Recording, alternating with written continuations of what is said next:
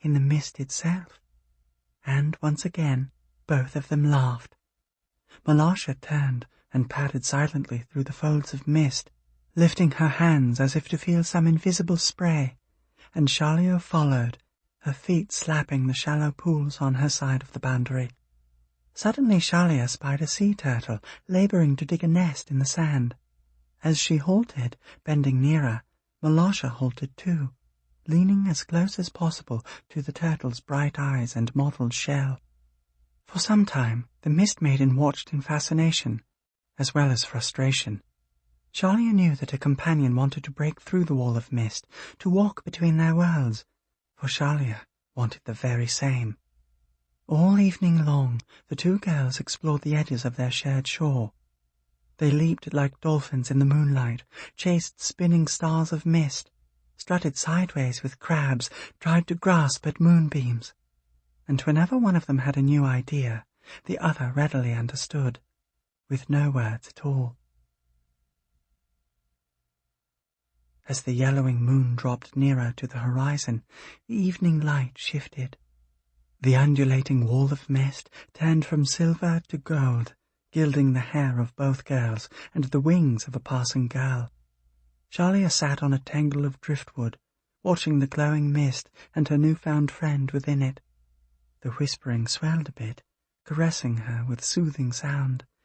She felt so different than she had only a few hours before.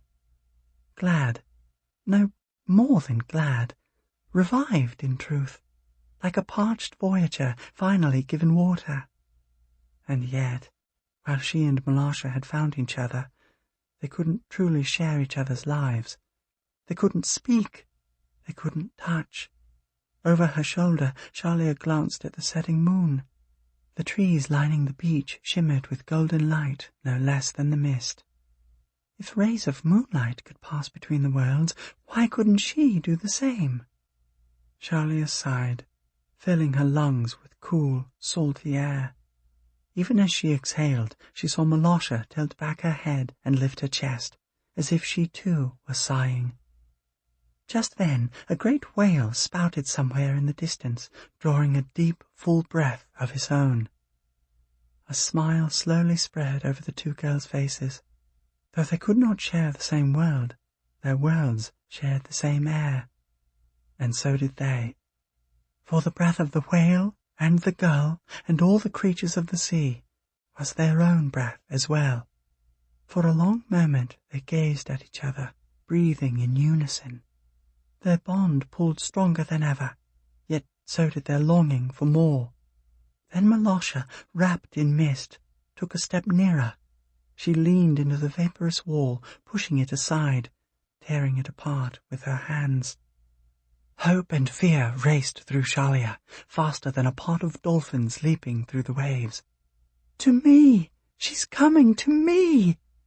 The whispering of the waves grew louder and shriller.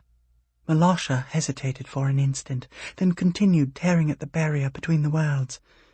Anxiously, Shalia stood. Walking to the very edge of the beach, she reached into the mist, hoping to clasp the hand of her friend in her own. All of a sudden, Malosha's eyes widened. Her face contorted in pain. She clasped her foot and tumbled backward into the swirling vapours. "Malosha!" cried Shalia. No answer came but the rising whispers, even more shrill than before. The wall of mist shuddered, darkened, and started to shred. As Shalia watched, dumbfounded, the misty curtain melted away, vanished completely, along with her friend. The whispering ceased. All that remained upon the waves were the last golden rays of the vanishing moon. Seconds later, that too disappeared. In deepest darkness, Shalia stood alone on the beach. She called, she stomped on the sand, and then she fell to her knees, sobbing. Every evening thereafter, Shalia returned to her stone, watching the waves until dawn. She saw no more mist, heard no more whispers. Yet night after night she continued her vigil. She no longer cared if her grandmother discovered her hideaway, or if some angry wave rose out of the sea and swept her away. She cared only about finding again what she had known for an instant, then lost. "Malosha, where are you?" she called over and over again to the sea. But her friend never answered. One night, as a crescent moon lifted, hooking the edge of the horizon, Shalia sat alone.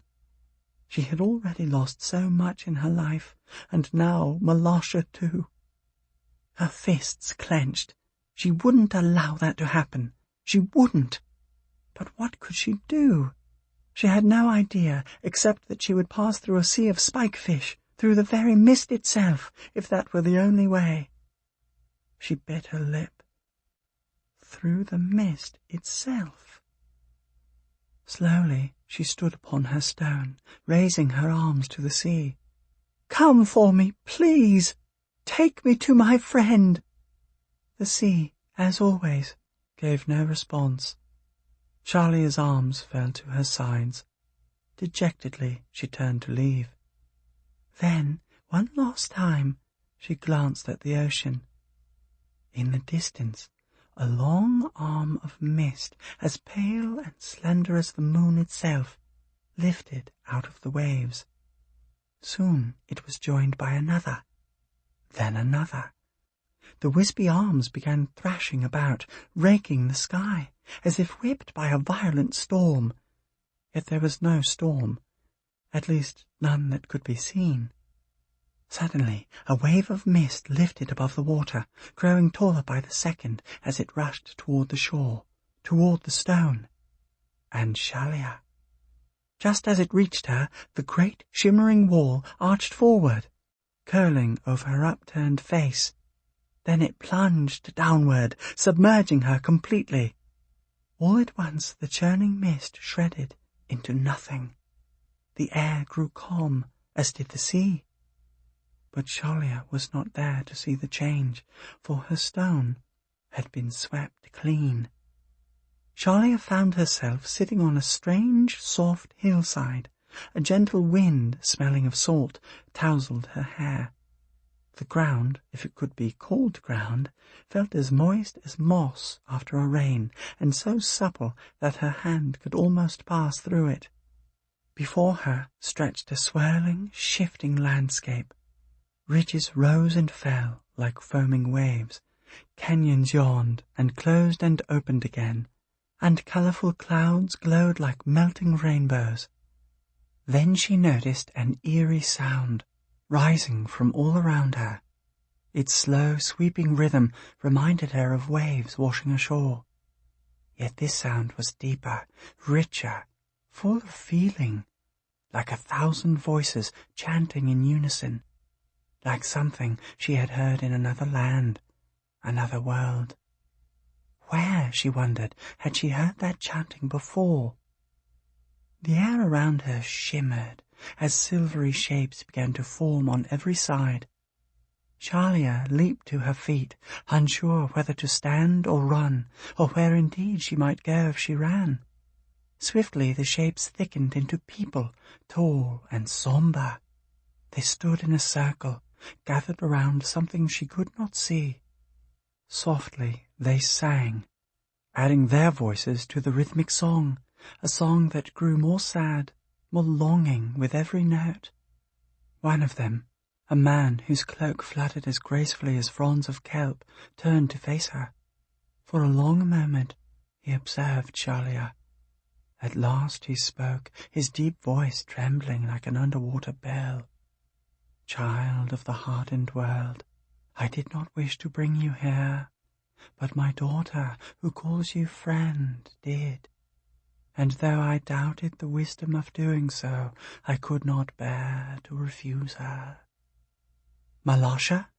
Her bare feet sinking into the moist ground, Shalia stepped nearer. "You are her father." The man's mouth pinched, even as the despairing chant swelled a little louder. "Yes, and her father I shall remain, even after she dies." His words struck Shalia like an icy wave. not again," she whispered. "Please, not again." The man lifted his silvery hand. Two of the chanting figures stepped aside, revealing a slender form lying on a bed of mist. It was indeed Malasha. Shalia moved closer. Her friend lay still, as lifeless as a shard of driftwood. Gently, she lifted Malasha's frosted hand, the very hand she had yearned to touch on the night they met. At that moment, Malasha's eyelids opened a sliver, yet the once bright gleam behind them had nearly vanished. Blinking back her tears, Shalia squeezed the hand. She knew, as before, that she did not need to speak for her friend to know her heart. And in any case, she did not know what to say. She could only stand and ache and hope. But soon she could hardly even hope. Malasha's eyes closed again with the finality of the sun falling behind the horizon. The heads of the people in the circle fell lower. The steady chanting dropped slowly away, fading with the life of the young girl.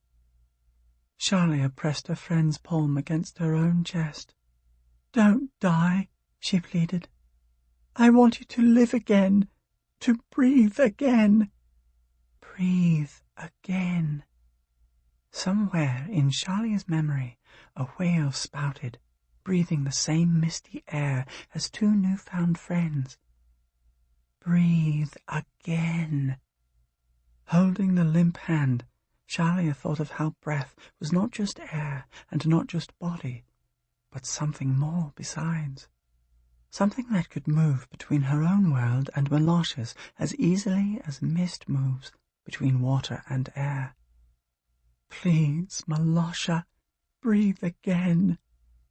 The mist maiden's silvery hair quivered, touched by the breath of her friend, the breath of the whale and the gull and the turtle, the breath that filled every sighing shell, that powered every rolling wave, the breath of the sea, the breath of life. All of a sudden, Malasha stirred. Her chest shifted, then rose ever so slightly. Her fingers curled around Shalia's own. Her eyes opened, glowing with the light of stars upon waves. The chanting returned, surrounding them, embracing them. No longer despairing, it resounded with joy. At last Shalia understood. The chanting in this world was the whispering she had so often heard in her own. She was embraced as never before by the music of this world, the music of the mist. Shalia gazed at her friend. She knew that they would never part again, and she knew that, in the morning, the people of her village would find only a trail of fading footprints in the sand. By a faraway shore, on a faraway sea, the mist rises nightly from star-shining waves. Over the darkening sea it spreads, stretching thin, wispy fingers out to the land. And on this night, as on so many nights before, the mist reaches first to touch a single place, a single rock, the rock still remembered as Shalia's stone. Chapter 16. Quelges. I leaned my head against the tree trunk, still hearing the rhythmic swell of waves upon a faraway shore. In time, I turned to Halia. "That was wonderful." "I'm glad you liked it." She slid deeper into a hollow among the roots. "It was one of my father's favourites. He felt a special closeness to mist, so very hard to control or contain." "Or even," I added, "to define. My own mother used to say that mist was neither quite water nor quite air, but something in between." As Halia nodded, the phrase echoed in my mind. Something in between. My mother had used those same words as well to describe Finkyra itself, on that day long ago in our meagre thatched roof hut. And what else had she called it? A place of many wonders, neither wholly of earth nor wholly of heaven, but a bridge connecting both. Glancing down at my empty scabbard and at the spot where the blood noose had plunged into my chest, I sighed. She should also have called this island a place of many perils, and choices, many of them clear one moment, then gone the next, like a reflection in a pond that is suddenly disturbed. In the darkness, I leaned toward Hector. "Did you enjoy the story, young friend?" His only answer was a series of slow, rhythmic breaths. "No doubt he did," said Halia dryly, "as long as he was awake." She yawned. "In fact, a little sleep isn't a bad idea. Maybe you and I should do the same." "Yes," I agreed, listening for a moment to the distant screeching sounds of the marsh beyond the sheltering trees. "But one of us should stay awake. I'll take the first watch." "Are you sure?" She yawned again. "I could do it if you'd rather rest." "No, you sleep first." I drew my knees up to my chest. "I'll wake you when it's your turn." She shifted herself, laying her head against a burly root. Minutes later, her own breathing was as slow and regular as Hector's. I straightened my back against the trunk. To keep myself alert, I trained my second sight on a succession of objects, a jagged thorn here, a cluster of leaves there. When my attention fell to one of the small knotholes that lined the thickest branches, I started. For the knothole, I was certain, had blinked. I stiffened, staring at the spot. Again the knothole blinked. But no, not quite. It was more like a movement inside the dark spot, a shadow within a shadow. As I watched, hardly daring to move, a vague, shimmering light kindled inside the hole.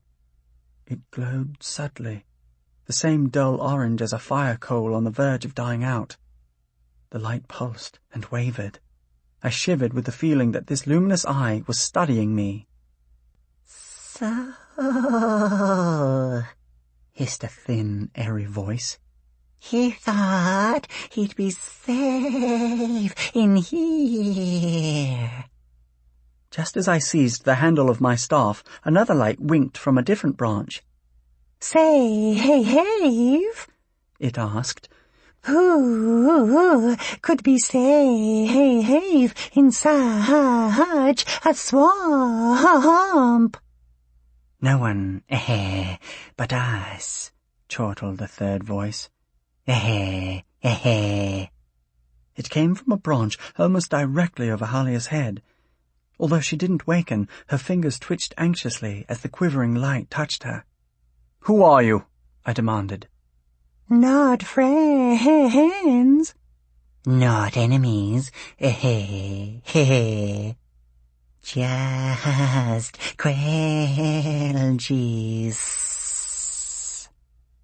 I sucked in my breath. "Quelgies? What's that?" "We are the watchers of the swamp. Oh, yes, nothing misses us. We see it all, and we travel in threes." "Like trouble," piped one of the others.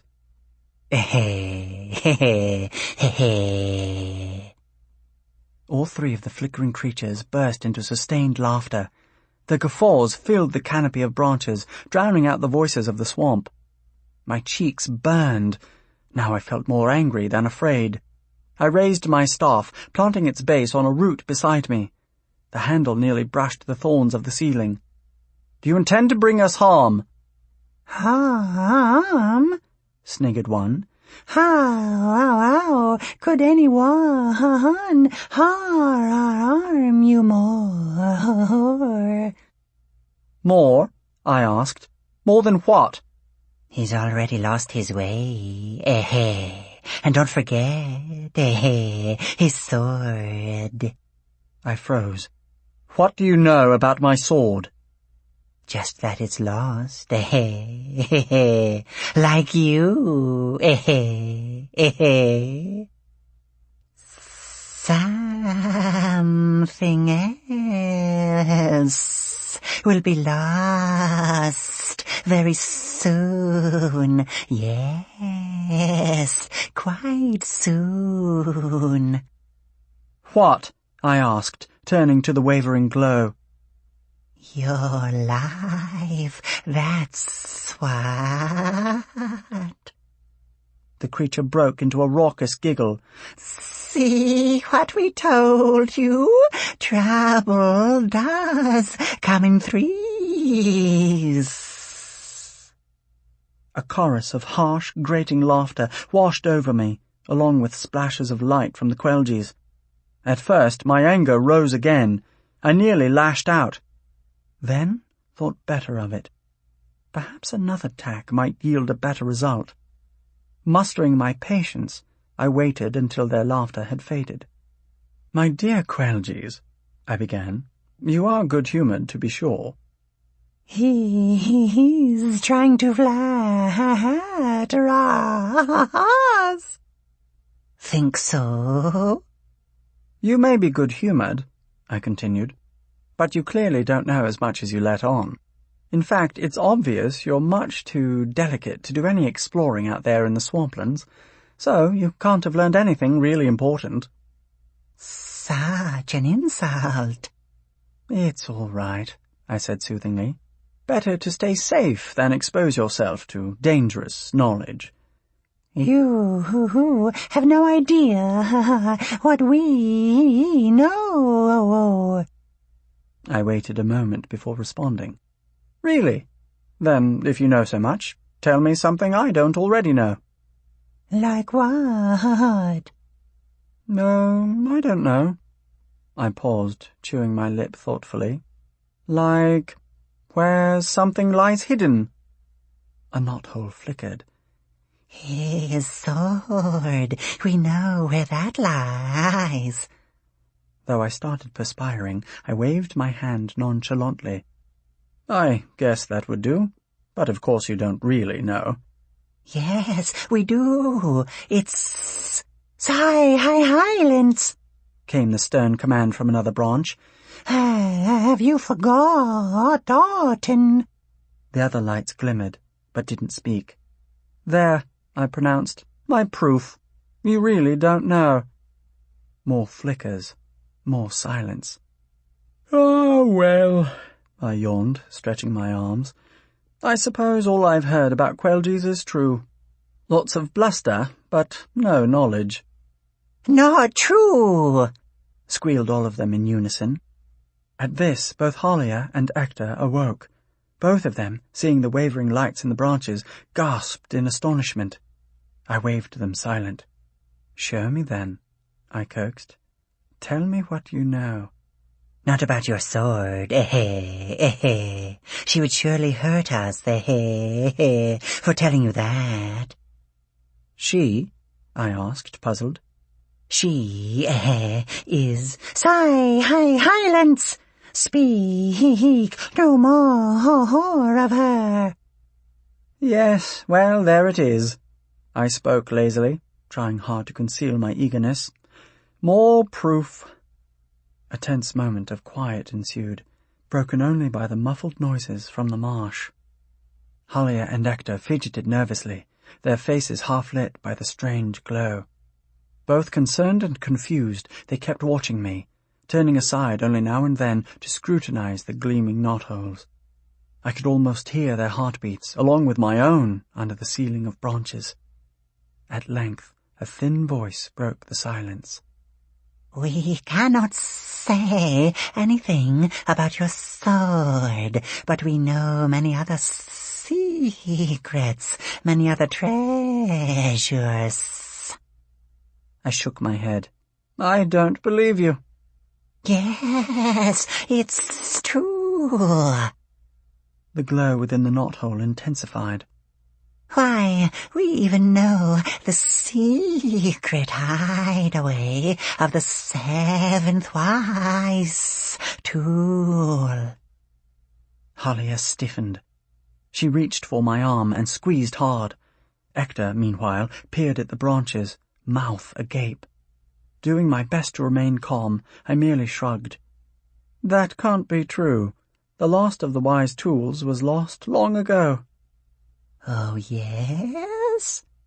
Now the voice hissed with utter indignation. You think so? You've shown me no proof. None at all. No response other than orange flashes, brighter by the second. You poor beasts, I said, shaking my head sadly.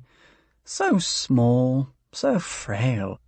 At least, I suppose, by never venturing out of your safe little nests, you never get into trouble. It's much better for you, really, that you know nothing of any value. Lie, hi-hi's, stupid man. You are the one who knows nothing. Relaxedly, I spoke to Hollier and Hector. Go back to sleep now, friends. These little creatures are just senseless babblers. Is that so? Then how could we know this? The lights flared in unison as the voices recited. Center of the swamp, by a flaming tree, lies the missing treasure, ever precious key. I leaned back against the tree trunk. Well now, Quelgies, I am truly impressed. Just imagine knowing such a thing. As their lights faded away, submerging us in darkness once again, I turned to Hollier. Though I felt frustrated by my inability to learn anything useful about my sword, I couldn't help but grin that I had, at least, pulled something interesting out of them. Hollier released her grip on my arm, although she continued to stare at me, her eyes swollen with amazement. And with something else. Something urgent. Young Hawk, she whispered anxiously. I remember now. Remember what? What my father told me, some of it anyway, about the powers of the key, the seventh wise tool. It can... She caught herself suddenly, glancing over at Hector. It's all right, I said, motioning toward the boy. You can trust him. What about those creatures? I shook my head. Them, I have no idea. They might well know already what you're about to say. On the other hand, they might not. If you're worried about them, you could just wait until tomorrow to tell me. Hollier grunted. Tomorrow, someone else, much less friendly, could be listening. And besides, I want to tell you now. It's too important. At the edge of my vision, I saw Hector crane his neck toward us. No doubt he felt glad at last to be trusted. Yet he seemed to be frowning, concerned about something, though it could have been just a trick of my second sight. In hushed tones, Hollier spoke again. My father said this about the magical key that was, for so long, in his care. It can unlock any door, to any palace, any chamber, any chest of treasures, or it can do something else, if held by someone with deep enough magic. She paused, making sure her words hit home. A person of deep magic could use it to unlock not a door, but a spell. Any spell, and forever, young Hawk. That spell can never be inflicted again. It was my turn now to be amazed. Did he say anything else? Yes, she answered hesitantly. There was more, I'm sure of it. A warning, I think, about its powers. But I just can't remember. Hector fidgeted on the ground, shifting his weight uneasily. But nothing, she continued excitedly, matters as much as what I've just told you. Why, don't you see? The key, if we can truly find it, could save your life. It could. You can use it to unlock the spell of the blood news. I sat up sharply, my hand upon my heart. Why, yes, of course. Then, fully healed, I can regain my sword at last, and do whatever I can to halt the rest of this wickedness. But first I must find the key. We must, she corrected. Yes, we. And the flaming tree the Quelgies spoke about must be where my father hid it. She slid across the ground to my side. Of course, I'm sure that's right. The flaming tree of old, deep in the marsh, would have been the safest possible place. Rubbing her hand along a root, she said dreamily, I can see the spot now, at the highest part of a treeless ridge. Oh, young hawk, and we are close, very close. I can feel it in my bones. A half-day's walk, no more. A trail marked upon the heart. That's what you said before. And that's what it is. Let's go there right away, shall we? She halted, listening to the distant shrieks beyond the rise. At dawn, when the marsh ghouls are gone? Gently I stroked her slender chin. I'm grateful to your father, and even more, to you. Her head tilted toward me, resting on my hand. After a moment I suggested, Now, why not get a little sleep? It's still my watch, so rest well, and tomorrow morning you can follow that trail on the land, as well as your heart. Chapter 17. A Wall of Flames. When I awoke, a hazy light drifted through the web of branches. Halia lay across from me, encircled by thick roots. Hearing me stir, she looked up, her long auburn hair a tangle of mud, burrs, and bark. I lifted an eyebrow. And how are you this morning? Her doe eyes smiled. You didn't wake me for my turn at watch. That's because, I confessed, I fell asleep myself, but no harm came of it. I could use another one of the Ballymag's baths right now. We both could. I scratched my cheek, peeling off a hard clump of mud. That bath was the last thing I expected to find in this swamp. My gaze moved to the 3 knotholes, now dark, where the strange creatures had appeared. Almost. She too scanned the knotholes. Did they say anything more? No, I replied, emptying some pebbles out of my boot. They never reappeared. But while they were here, they said enough, didn't they? She sat up. That they did. I've been hearing it even as I slept. Center of the swamp, by a flaming tree, lies the missing treasure, ever-precious key. Gingerly, I touched the center of my chest. Let's hope your father was right about its powers. He was right, I'm sure of that. She squinted at the thorny ceiling. I wish I could remember what else he said. It was about how to use the key, I think. I tapped her shoulder. No matter. I'm glad you remembered as much as you did.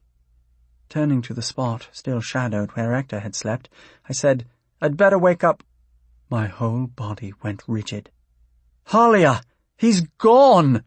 No! She cried, slapping the sides of her face. He wouldn't! She turned to me and scowled. I knew we should never have let him join us. Still stunned, I slowly shook my head. I can't believe he'd betray our trust like that. Maybe he just left early to continue his own search. She continued to scowl. Without bothering to say farewell? No, young hawk, I'll tell you where he went and what he's searching for. The key. Grimly, I nodded. I'm afraid you're right. But I really thought he gave more value to friendship, the way Shalia did in your story. Apparently not. I rolled over and started crawling into the thorn-rimmed tunnel. Come, he could have a sizable lead. As we emerged from the jumble of branches, a cacophony of howling and chattering greeted us. Much as I disliked the notion of going back into the swamp, I felt a wash of relief that, at least, we would not have to face the marsh ghouls, and that their new aggressiveness hadn't prompted them to terrorize by daylight. Even so, something that Shim had said still troubled me. Or perhaps I just hadn't heard him correctly. But he had, I thought, said something or other about the marsh ghouls in the day. Whatever, they were nowhere to be found right now. Standing at the edge of the rise, I discerned a slight yellowing of the vapors in one direction. It gave a golden hue to everything, even the large burbling pool where I had nearly drowned last night. Of course, the rising sun! Halia, following my gaze and, as usual, my thoughts, swiveled and pointed toward a stretch of twisted shrubbery and steaming pools. There, she pronounced. The treeless ridge lies over there. Just then I spotted a glint of moisture on the ground near the base of the trees. Gleaming gold, it snaked down the slope before disappearing into the muck. Halia and I ran over to the spring and knelt by a small, clear pool formed by a curved root. We thrust our faces into the water, drinking eagerly, slurping and gasping in turn. At last we looked at each other, hair dripping onto our shoulders. Halia glanced anxiously toward the marsh. "If only Gwynia were with us now, she could carry us straight to the flaming tree." "We could turn ourselves into deer," I suggested. She shook her head, spraying me with droplets. "No, in this kind of muck, any legs are a problem. 4 would, in many cases, be even worse than 2. "Then let's go." Together we rose and plunged again into the swamp. Thick mud oozed into my boots. Moss-coated branches tore at my legs. Clouds of vapour, smelling of sulphur, swirled so close at times that it seemed more like dusk than early morning. I felt a strange sense of foreboding, something in the air, or the sopping terrain, or perhaps the depths of my own chest. Even my shadow, stepping alongside me, seemed shrunken and subdued. A circle of questions ran over and over through my mind. Would we arrive at the hiding place of the key, only to find that Ector had already taken it? How could that boy who had affected me so surprisingly, who had felt such loyalty to me that he gave me his precious elixir, do such a thing? And how much longer would the elixir be able to hold off the blood noose? For 2 or 3 hours we trekked, through murky shallows and desolate flats. The marsh seemed endless, the misty light unvaried. Yet Halia's sense of direction never wavered, just as her pace never slowed. Whenever I wondered how she could possibly judge distance and direction on such a landscape, I remembered the continual ache between my shoulder blades. Perhaps her own people's curse and her vision of our destination remained equally constant.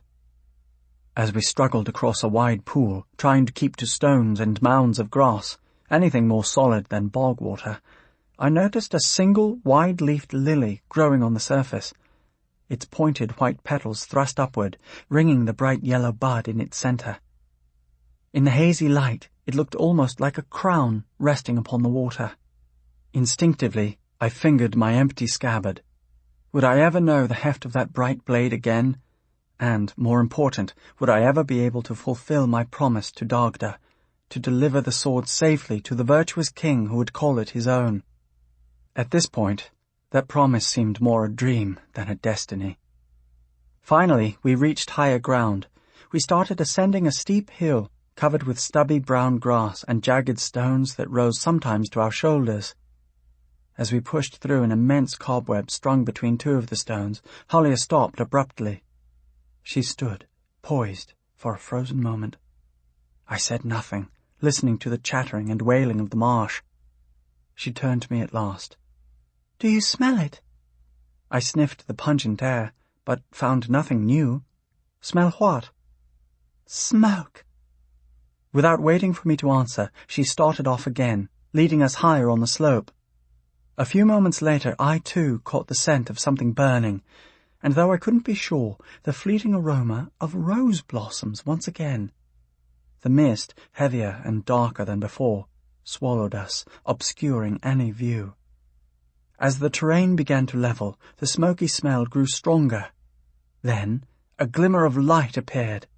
We drew closer, hearing an unfamiliar sound, a wavering, unsteady roar, loud enough at times to overwhelm the other noises of the swamp. Pressing ahead, we found ourselves gazing at a whirling circle of flames. Pouring out of a ring of vents in the ground, the fire blazed forth, licking the clouds.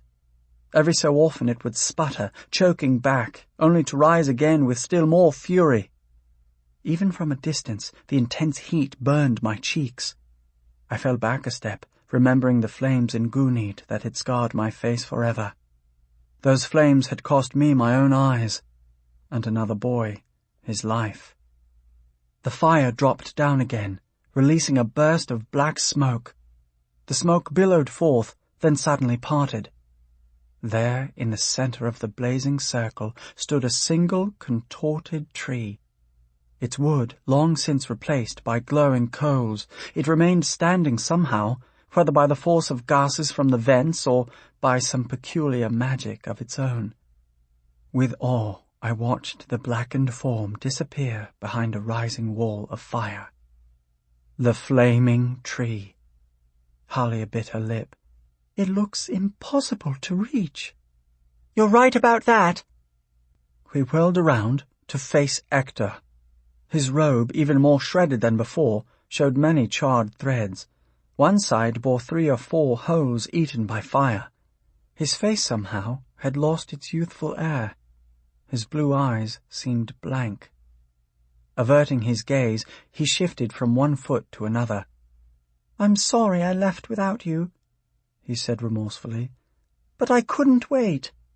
My brow knitted. You mean you didn't want to wait? You wanted to find the key before we did. He glanced at the circle of flames, making half his face glow like a fire coal. "Yes, that's true. And I wanted something else." "What else?" demanded Halia, striking the ground with her foot. "Would justify betraying us.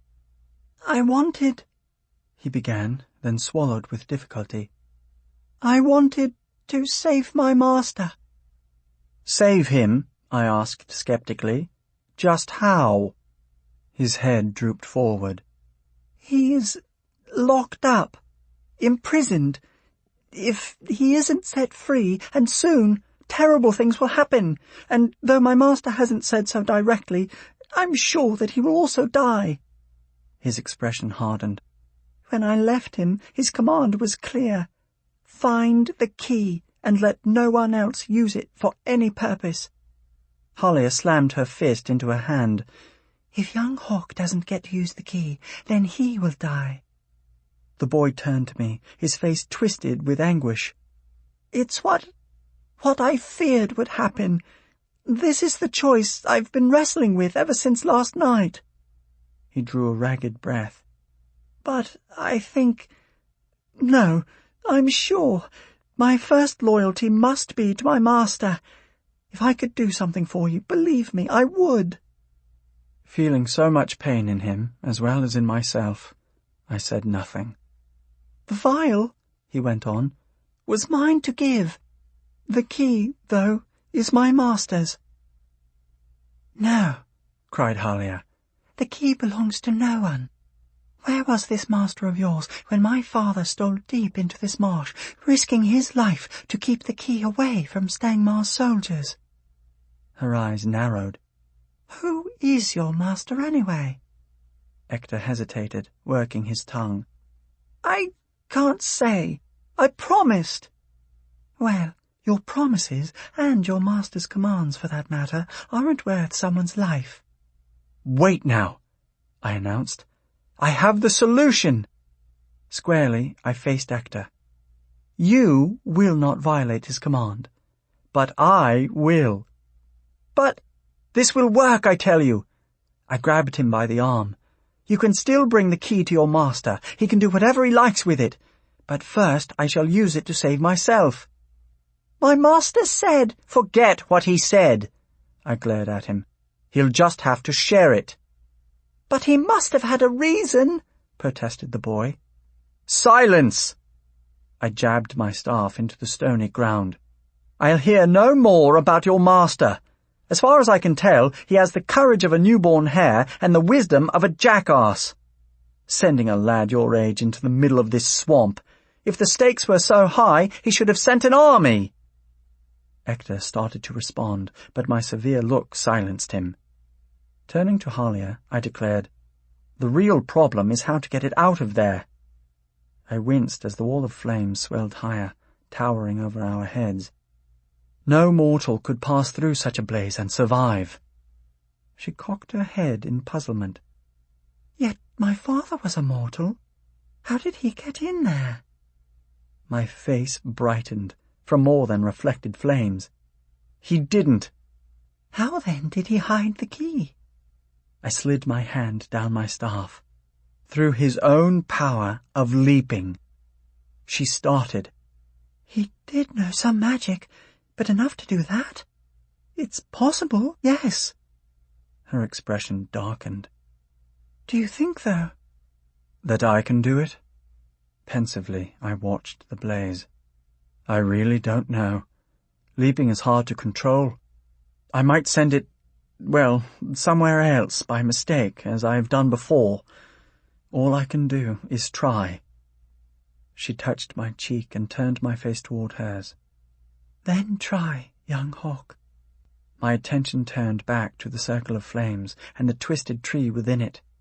Using my second sight, I probed the charred soil at the tree's base.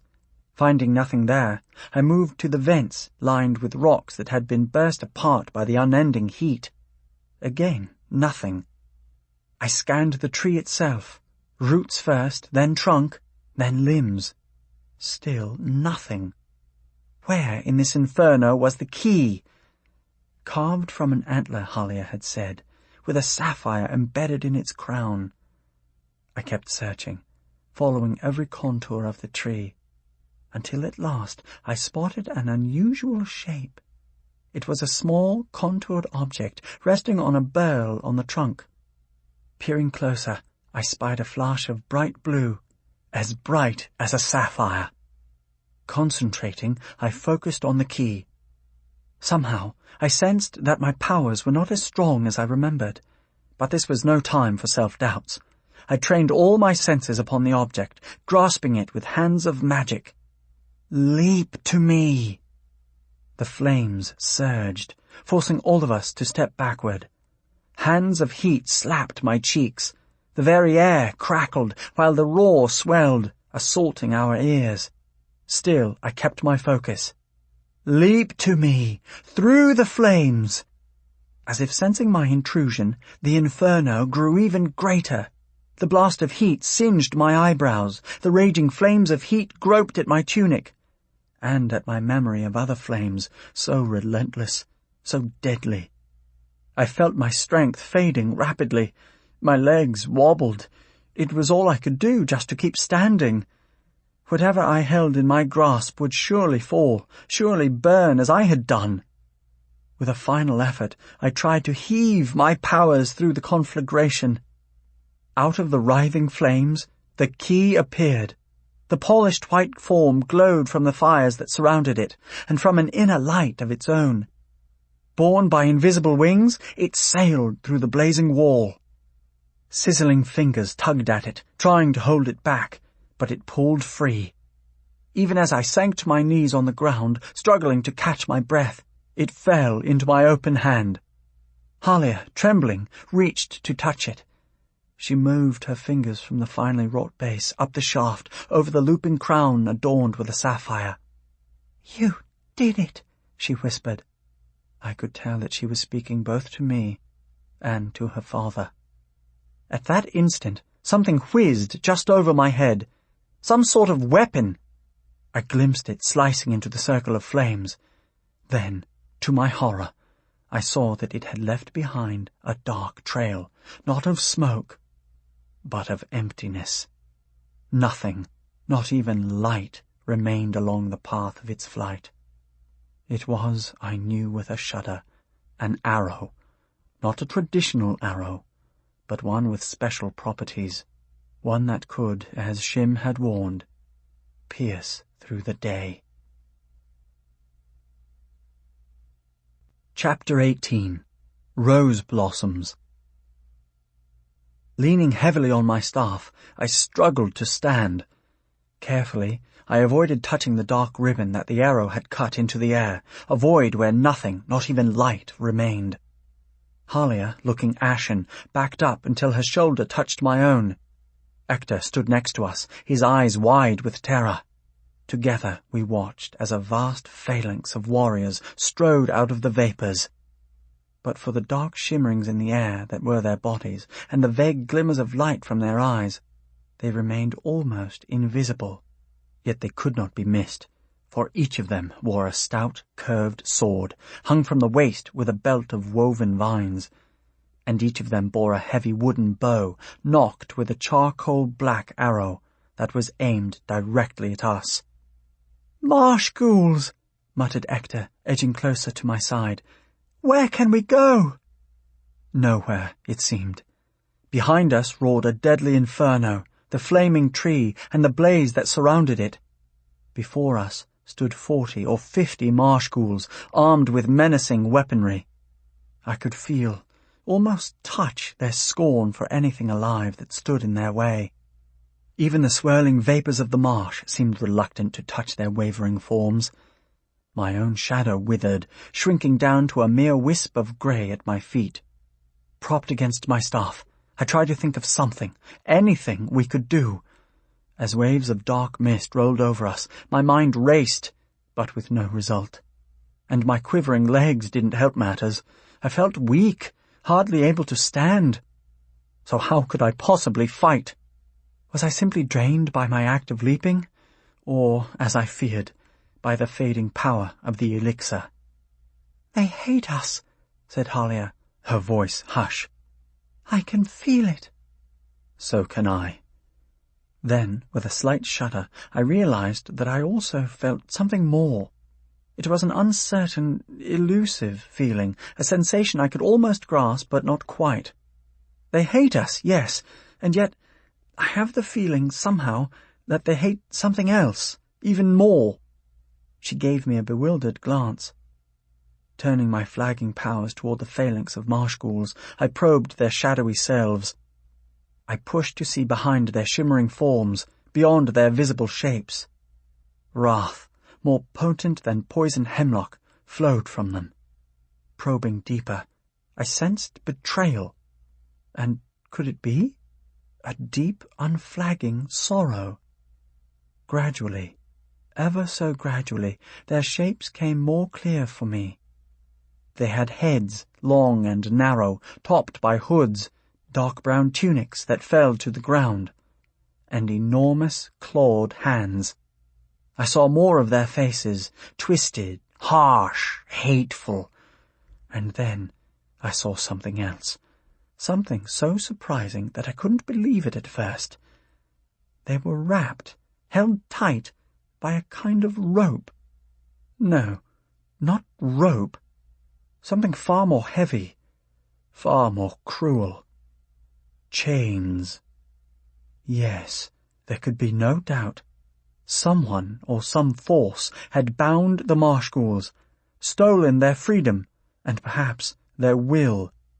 As much as they raged at the 3 intruders who dared to venture on their land, they raged much more at some hidden oppressor.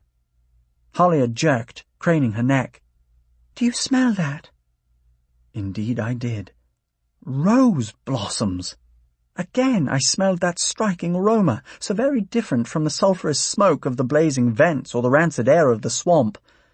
Faint though it was, it brought a sudden memory of spring roses, fresh and alluring, and something else, a dream, perhaps, too distant to recall.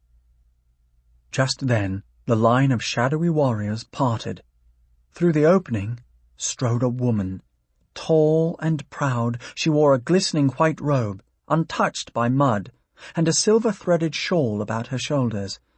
Her hair, black like my own, fell midway down her arms.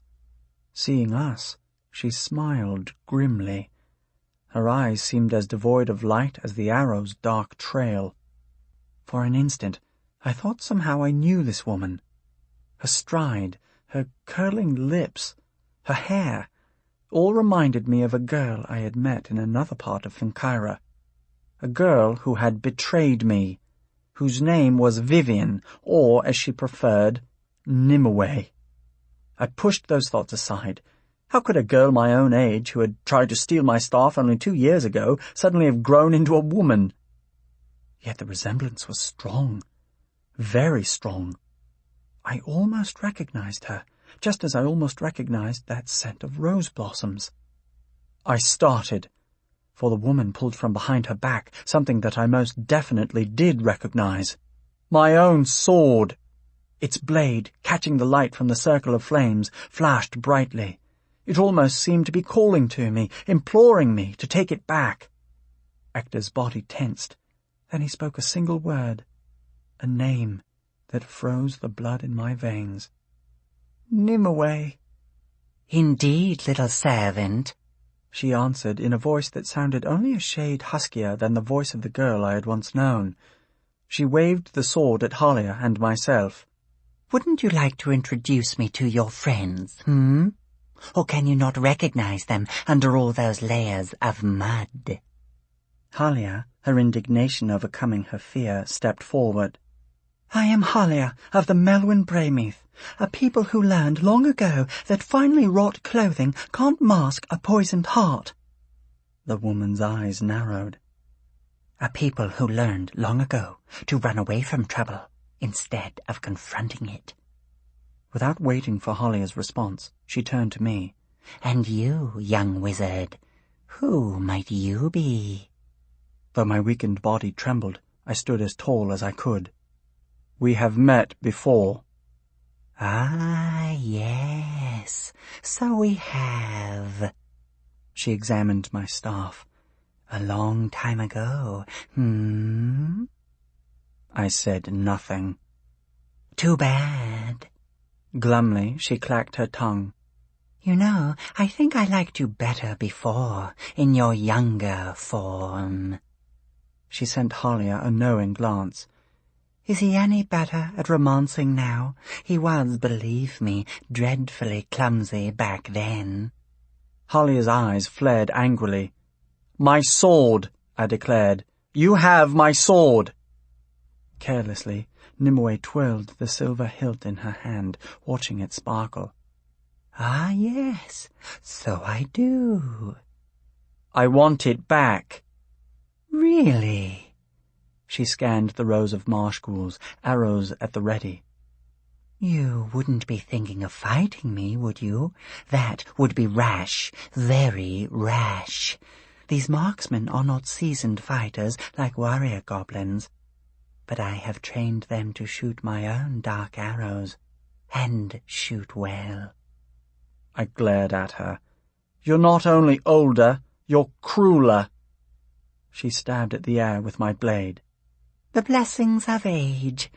The same thing will happen to you, young wizard. Ah, yes." She released a long, low cackle. "If you should survive this day, that is, which is most unlikely." She leaned closer, the glow from the inferno dancing on her pale skin.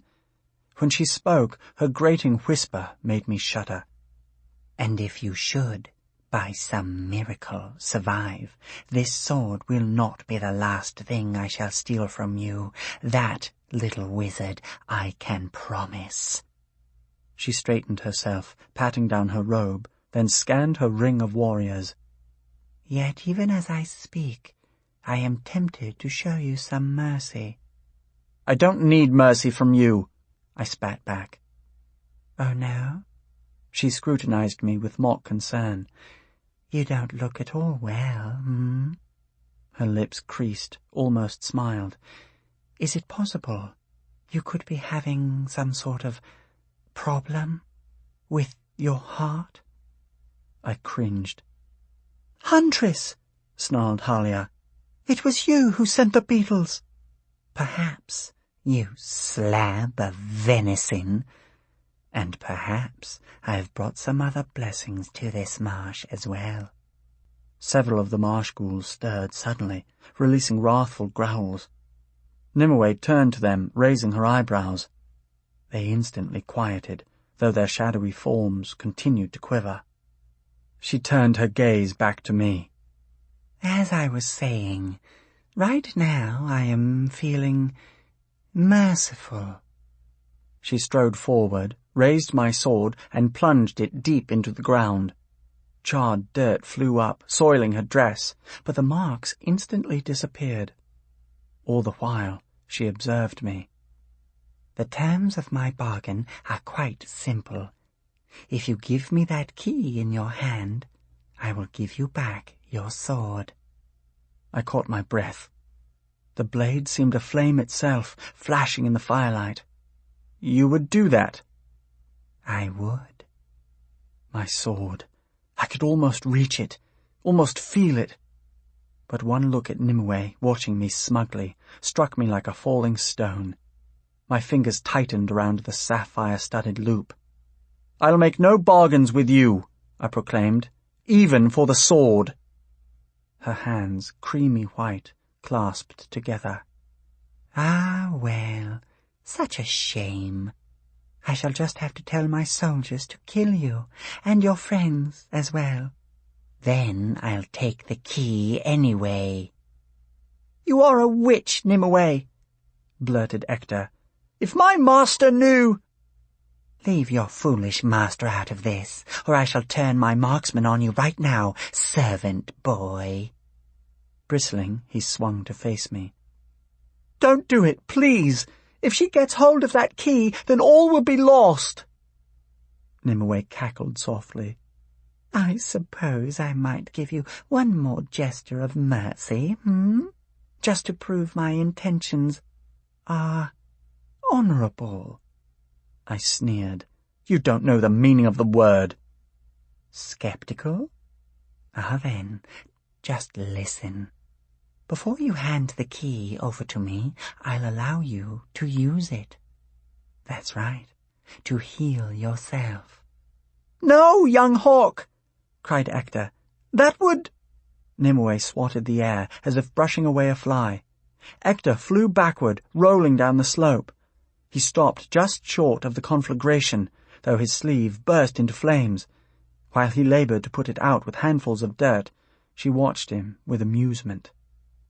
"Someone," she said, "should teach that boy some manners."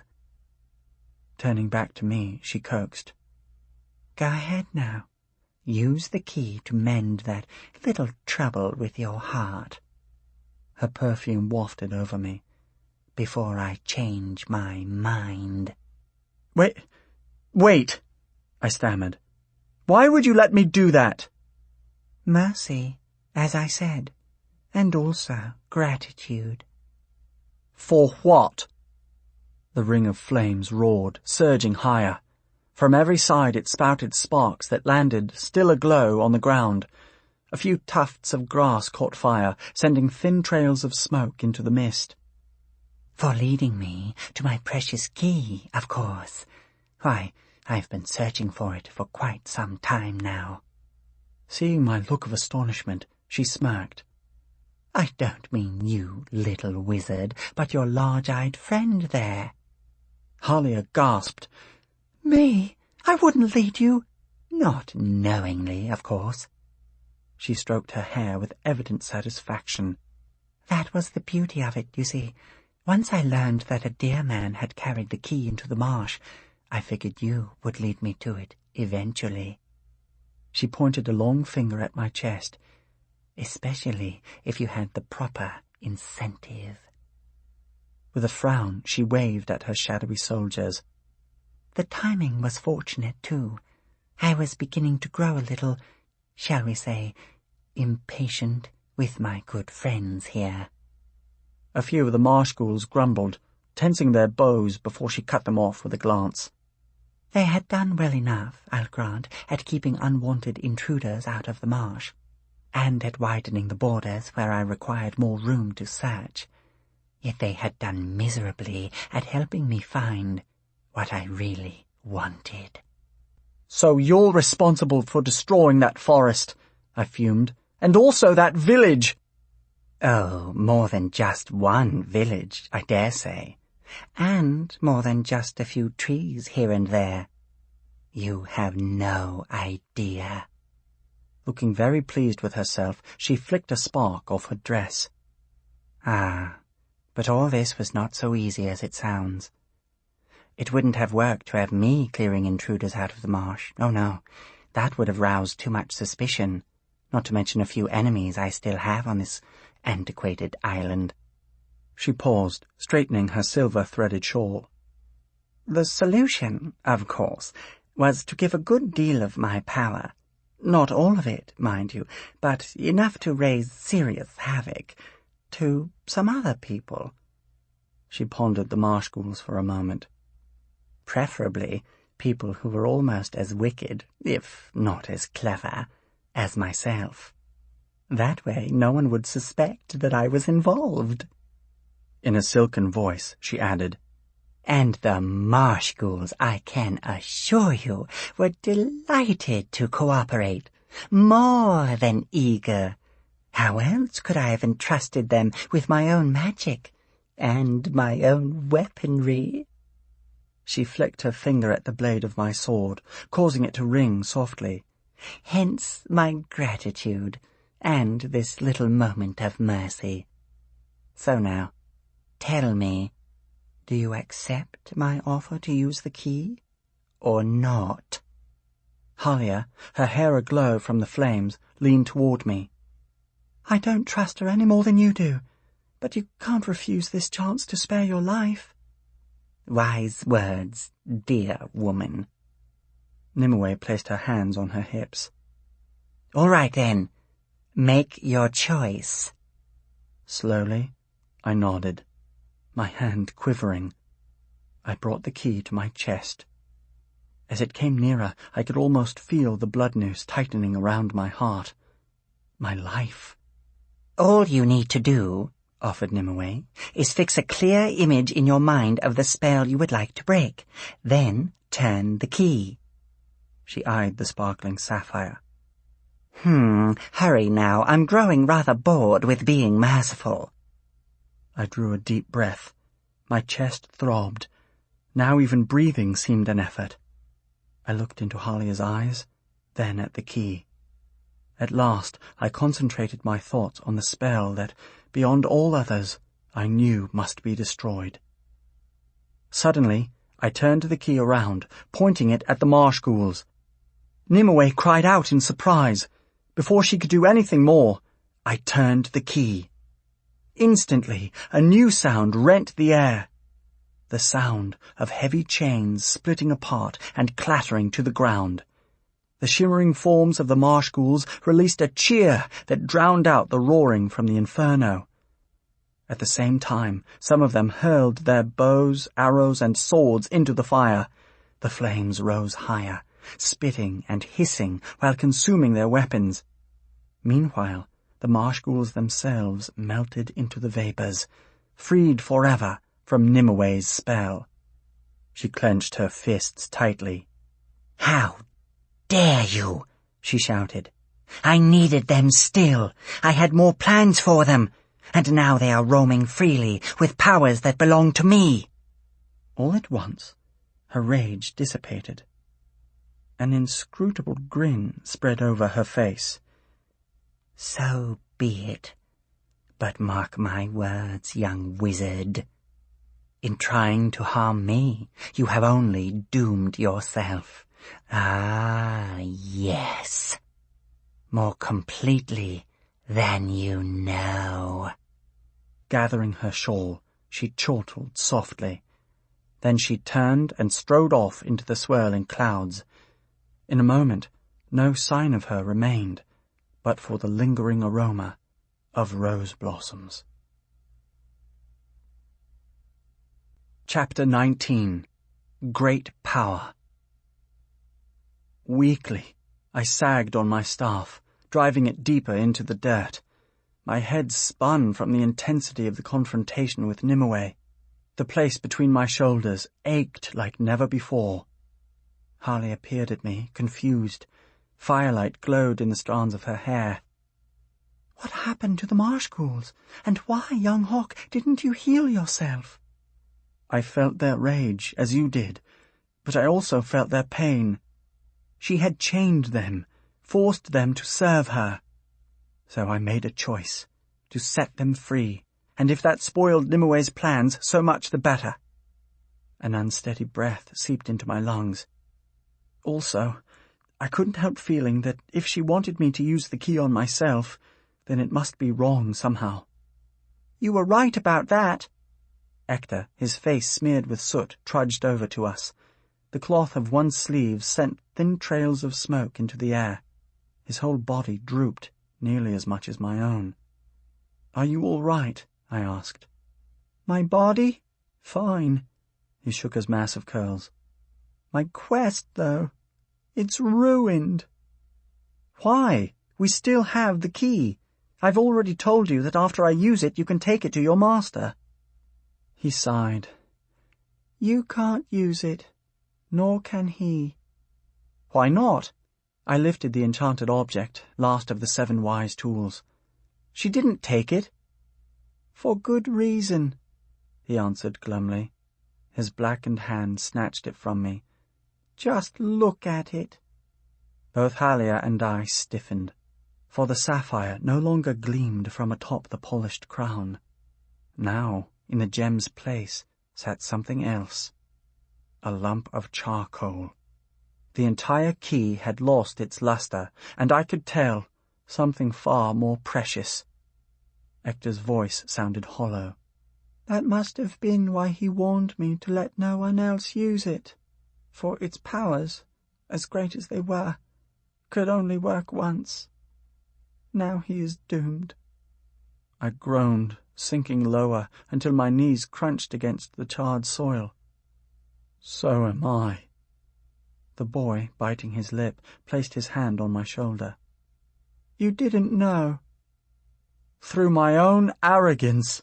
You tried to tell me. Now the only ones who will ever gain any benefit from the last wise tool are a troop of marsh ghouls." Halia, her lips pinched, turned toward the roaring blaze encircling the tree. "All my father's efforts. For what? He would be sickened." She stamped on the ground. "The marsh ghouls won't even be grateful. It's not in their nature." I shook my head morosely. What a fool I am! Sullenly I turned to Ector. "Forgive me, if you can." His crystalline eyes studied me. "I can. I only hope my master can do the same for me." I dropped the useless object on the ground. Though it still reflected the glow of the flames, its inner fire had vanished. Now both of us must die. "Wait!" He ran a hand through his curly hair. "Not both of you. Not necessarily." I drew a ragged breath. "How so?" "My master. He might still be able to save you, if we can get you there in time." Halia and I exchanged doubtful glances. I shook my head. Why would he do that after what I've done to him? Ector smiled wistfully. "Because, well, he's a very good man, and the healing arts are his specialty. If he can help you, he will. Of that I'm certain." He rubbed his blackened chin. "And besides, there's something about you, young hawk. Something different. My master, I think, will see it too." Halia stared at the knotting vapours. "I do hope you're right. It could be our only chance." She helped me to my feet. Then, leaning on my staff for support, I hobbled over to my sword. The blade, brightly shining, seemed ready to greet me as an old friend. I took the hilt and tugged, hoping to pull it free. The blade twisted a bit, creaking in the turf, but didn't lift at all. Frustrated at my lack of strength, I tried again, with no success. "Here," offered Ector. "let me try." He wrapped his own hand around the hilt. All of a sudden he froze, a look of wonder in his eyes. "This sword feels strange, somehow." I nodded. It has a power and a destiny of its own. Bracing himself, he tugged. To my surprise and annoyance, the sword slid upward as easily as a fish leaping out of water. Ector, his eyes still alight, handed me the weapon. I took it, pondering his expression. Then I plunged the blade into my scabbard, glad to have it with me once again. Stroking my chin, I examined the slender hole in the ground left by the blade. Why, I wonder, did Nimue leave it behind? "Simple," answered Ector. "She had no further use for it. She needed it only to tempt you, to lure you into her wicked little trap. Once she saw that wouldn't happen, she cast it aside, just as she does to anything or anyone she no longer needs." "She's horrible," growled Halia. Her round eyes darted to me. What she said there was a lie, wasn't it? There was never anything, well, between you, was there? Of course not. She tried one time to trick me out of my staff, that's all. I frowned in puzzlement. I can't fathom how she's grown so much older. I can explain that, declared Ector. She comes from the same place I do. And where is that? The boy's voice dropped to a whisper. From a country called Wales, part of the isle my master calls Gramarye. And from a time in the future. My legs, already wobbly, nearly buckled. Help me understand. You're saying that both you and the older Nimue travelled here to this marsh from another time? He nodded gravely. That must have required great power. Yes. Even beneath the soot I could see his cheeks flush. But it's not a power that belongs to any person. It belongs to the mirror. That's how I came here, and that's how I'm going to take you back to Gramarye.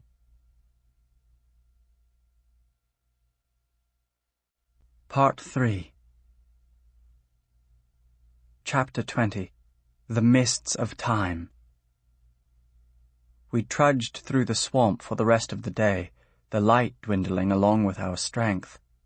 Halia and I hadn't swallowed anything but a little water since last night's supper of vegetable slices. Ector, I was certain, felt no less hungry. And lack of food was the least of my own worries. Deep inside my chest, I felt a slow, relentless tightening. My whole body ached as my strength withered. Walking, even breathing, grew more difficult, while my eyes and throat throbbed painfully. I remembered one time, as a fevered child, thrashing about on my pallet of straw. I could still hear my mother singing softly as she pressed cold claws against my forehead and poured soothing potions down my throat. The memory made me miss her, though I knew that none of her healing herbs could help me now. Why then did I think that Ector's master, whatever his skills, could do any better? To my own surprise, Ector seemed to know his route across the marshy terrain. He led us down the ridge and across a flooded field where mossy tree trunks stood like forgotten graves. Plodding wilfully, he paused only to help one of us, usually me, through the most treacherous patches. From the moment we departed the flaming tree, he hardly slowed his pace, rarely changed direction, and never backtracked. At one point, the muck sucked at my boot, so hard that it slid off completely.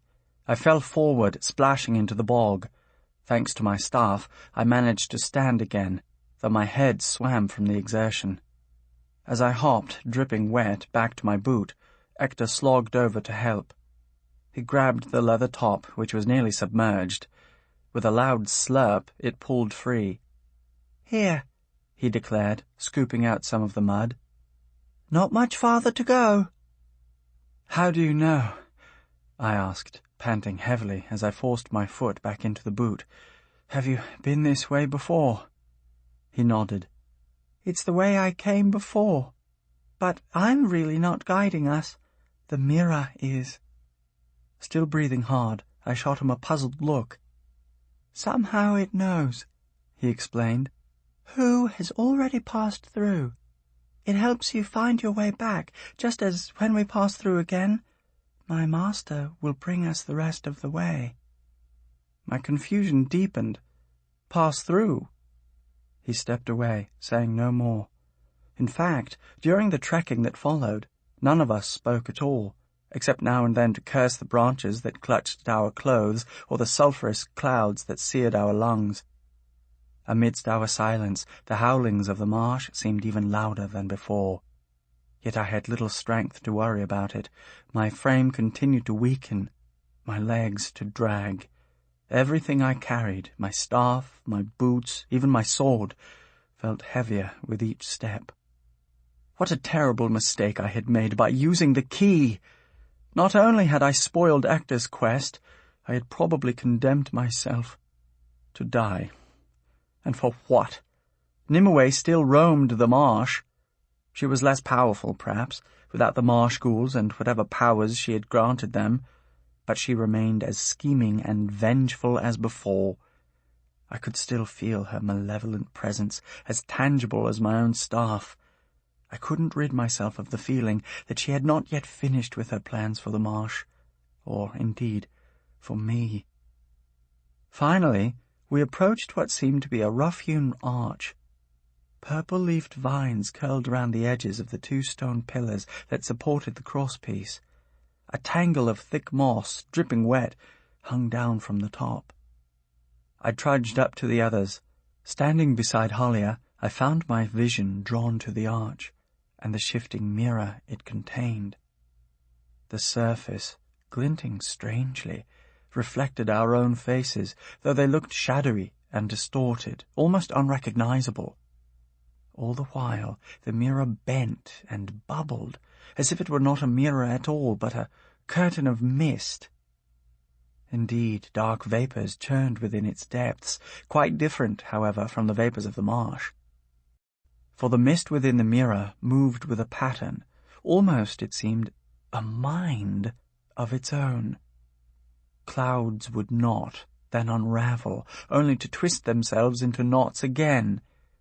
These, in turn, would open into misty vistas, showing glimpses of valleys, homes, or half-formed hills. Then all the vistas would combine, flowing into one another, forming a single knot that would begin to unravel again. Again and again the process repeated, but with new variations each time. "That mirror," I began, peering at my twisted reflection.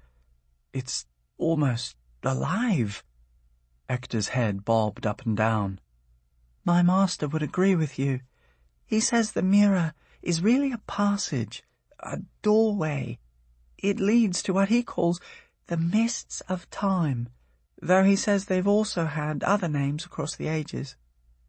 Leaning against my staff, I peered into the archway with a mixture of fear and fascination. The mists of time. I savoured the name as well as the idea. How often Care Prey, in teaching me the lore of Finkyra and other lands, had stopped just to ponder the notion of time. For he, like myself, sensed its mysterious powers. He also knew that I had always longed to move through time, even dreaming as a young boy about travelling through it backward, to grow younger as the world around me grew older. It was a bizarre thought, I knew, yet one I still secretly cherished. The mirror bulged, contorting our faces. One of Halia's eyes swelled until it seemed ready to burst, then suddenly fractured into a dozen tiny eyes, all staring back at us. Doubtfully, I asked Hector, "Are you sure that's where we go?" He swallowed. "I'm sure." Looking down at his mud-crusted boots, he added, "It's coming out the other side I'm not so certain about." Halia and I traded worried glances. "What did your master say to do," I probed, "when you wanted to return?" Hector drew a long breath. "Just call to him. He vowed to bring me home." My head throbbed. "He thinks you'll be bringing him the key. Is he depending on that somehow to help him find you in there?" I don't know." A bolt of pain shot through my middle. I shouted, collapsing to my knees on the muddy ground. Though the pain subsided quickly, it left me quaking, feeling even weaker. Halia knelt beside me, placing her hand on my brow. "You feel so hot. A young hawk, this is foolhardy. To walk into that. It's less like a mirror than a terrible, angry storm. And what chance do you have of coming out alive? There must be a better way." Feeling the pinch in my chest again, I coughed. "No, there isn't." She winced. "So be it. But I'm coming with you." "I wouldn't do that if I were you." Hearing the voice, thin and whistling, we froze. It came from somewhere nearby. We stared, but saw nothing other than the stone archway and the shifting mirror within. "Who are you?" Hector called. I struggled to stand, holding on to Halia's arm as well as my staff. "Yes, show yourself." "I only show myself when I like," whistled the voice. Abruptly, a cat-like paw lifted out of the moss on top of the arch. It twisted, stretching to its fullest length. As it flexed its claws, combing the air, a second paw shot upward, then a third, a fourth. For a long moment, the paws stretched lazily. "Ahem," said the voice. "You are fortunate. This is one of those times." Listening to the half-snarling, half-purring quality of the words, I wasn't so sure. "And I really don't care what you think," said the creature, as if it had heard my very thoughts. It continued. "And you, dear woman, ought to be ashamed." The colour drained from Halia's face. "Thinking I might be a witch in disguise. One who smells of rose blossoms, no less. A thoroughly disgusting idea." Suddenly, the paws retracted. A pair of silver-tipped ears poked out of the forest of moss. The rest of the face followed, rising slowly upward. It would have looked exactly like a cat's face, brown speckled with silver, except for one thing. It lacked any eyes. Smoothly, the creature stood. It rolled its shoulders, stretching the muscles, then sat down near the edge of the crosspiece. As if we didn't exist, it started licking its forepaws. In time, the eyeless cat spoke again. "It doesn't matter. You see, all you need to know is I am, well, a friend of the mirror." Hector started to open his mouth when the cat continued talking. "You don't believe me?" Its voice whistled more sharply than before. "I really don't care whether you do or not." The cat's paw dragged over the stone, claws scraping. "Yet you might as well ask yourselves if I am not a familiar of the mirror and the mists it holds, then how do I know so much about them?" Though my head swam, I moved a few steps nearer. "What do you know?" The cat arched its back, stretching. Eyes or no eyes, it seemed to be gazing right at me, right into me. After a while, its back relaxed. "More than I care to say," it answered at last, "though I will tell you this much. Those mists are full of pathways where you will encounter many voices, many shadows, and not puny little shadows like that meager one clinging to your boots. Oh, no. I speak of shadows far more immense, far more terrifying." At that, my shadow started spinning its arms, flailing at the turf under my feet.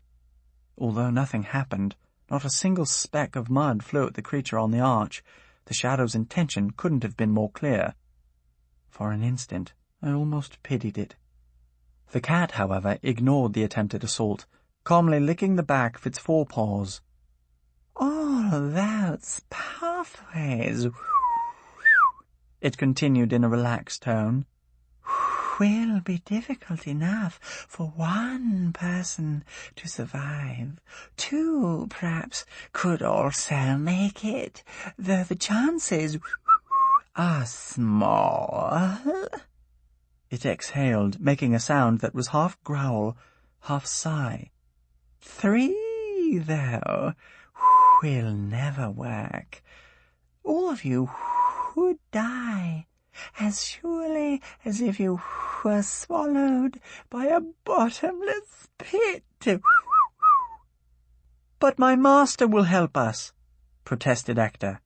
He will try, whistled the cat, giving the boy an eyeless stare. He will wrap you in a protective cocoon of his own, as he did when you travelled here. That is why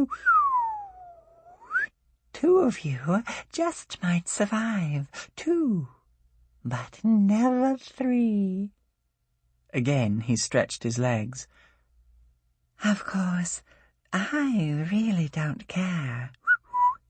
It's your fate, not mine. Halia stiffened. Slowly she turned to me. He speaks truly. I can feel it. As much as my legs trembled, my voice did more so. So can I. Yet who should stay behind? Not you, she replied, her eyes uncertain. And not Hector, whose master we hope will find some way to heal you. Her grip tightened on my arm. I shall wait for you, right here, whatever happens. The cat purred faintly as it clawed at the moss. Though my arms felt as heavy as tree trunks, I embraced Halia. I'll come back. I promise.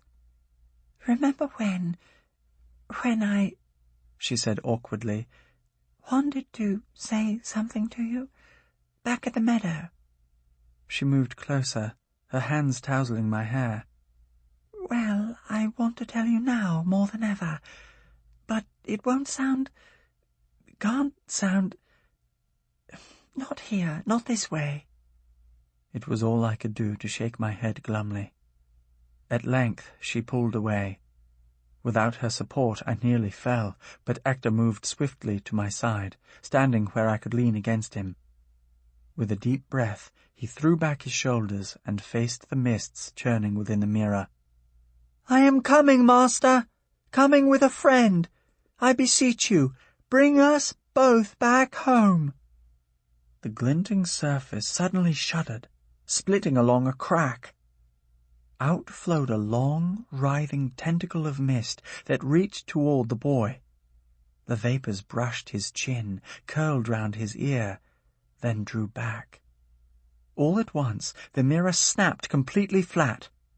Our reflections, clearer than before but more deeply shadowed, confronted us. At the same time, the sound of a distant chime rolled out of the depths, rising from somewhere far beneath the surface.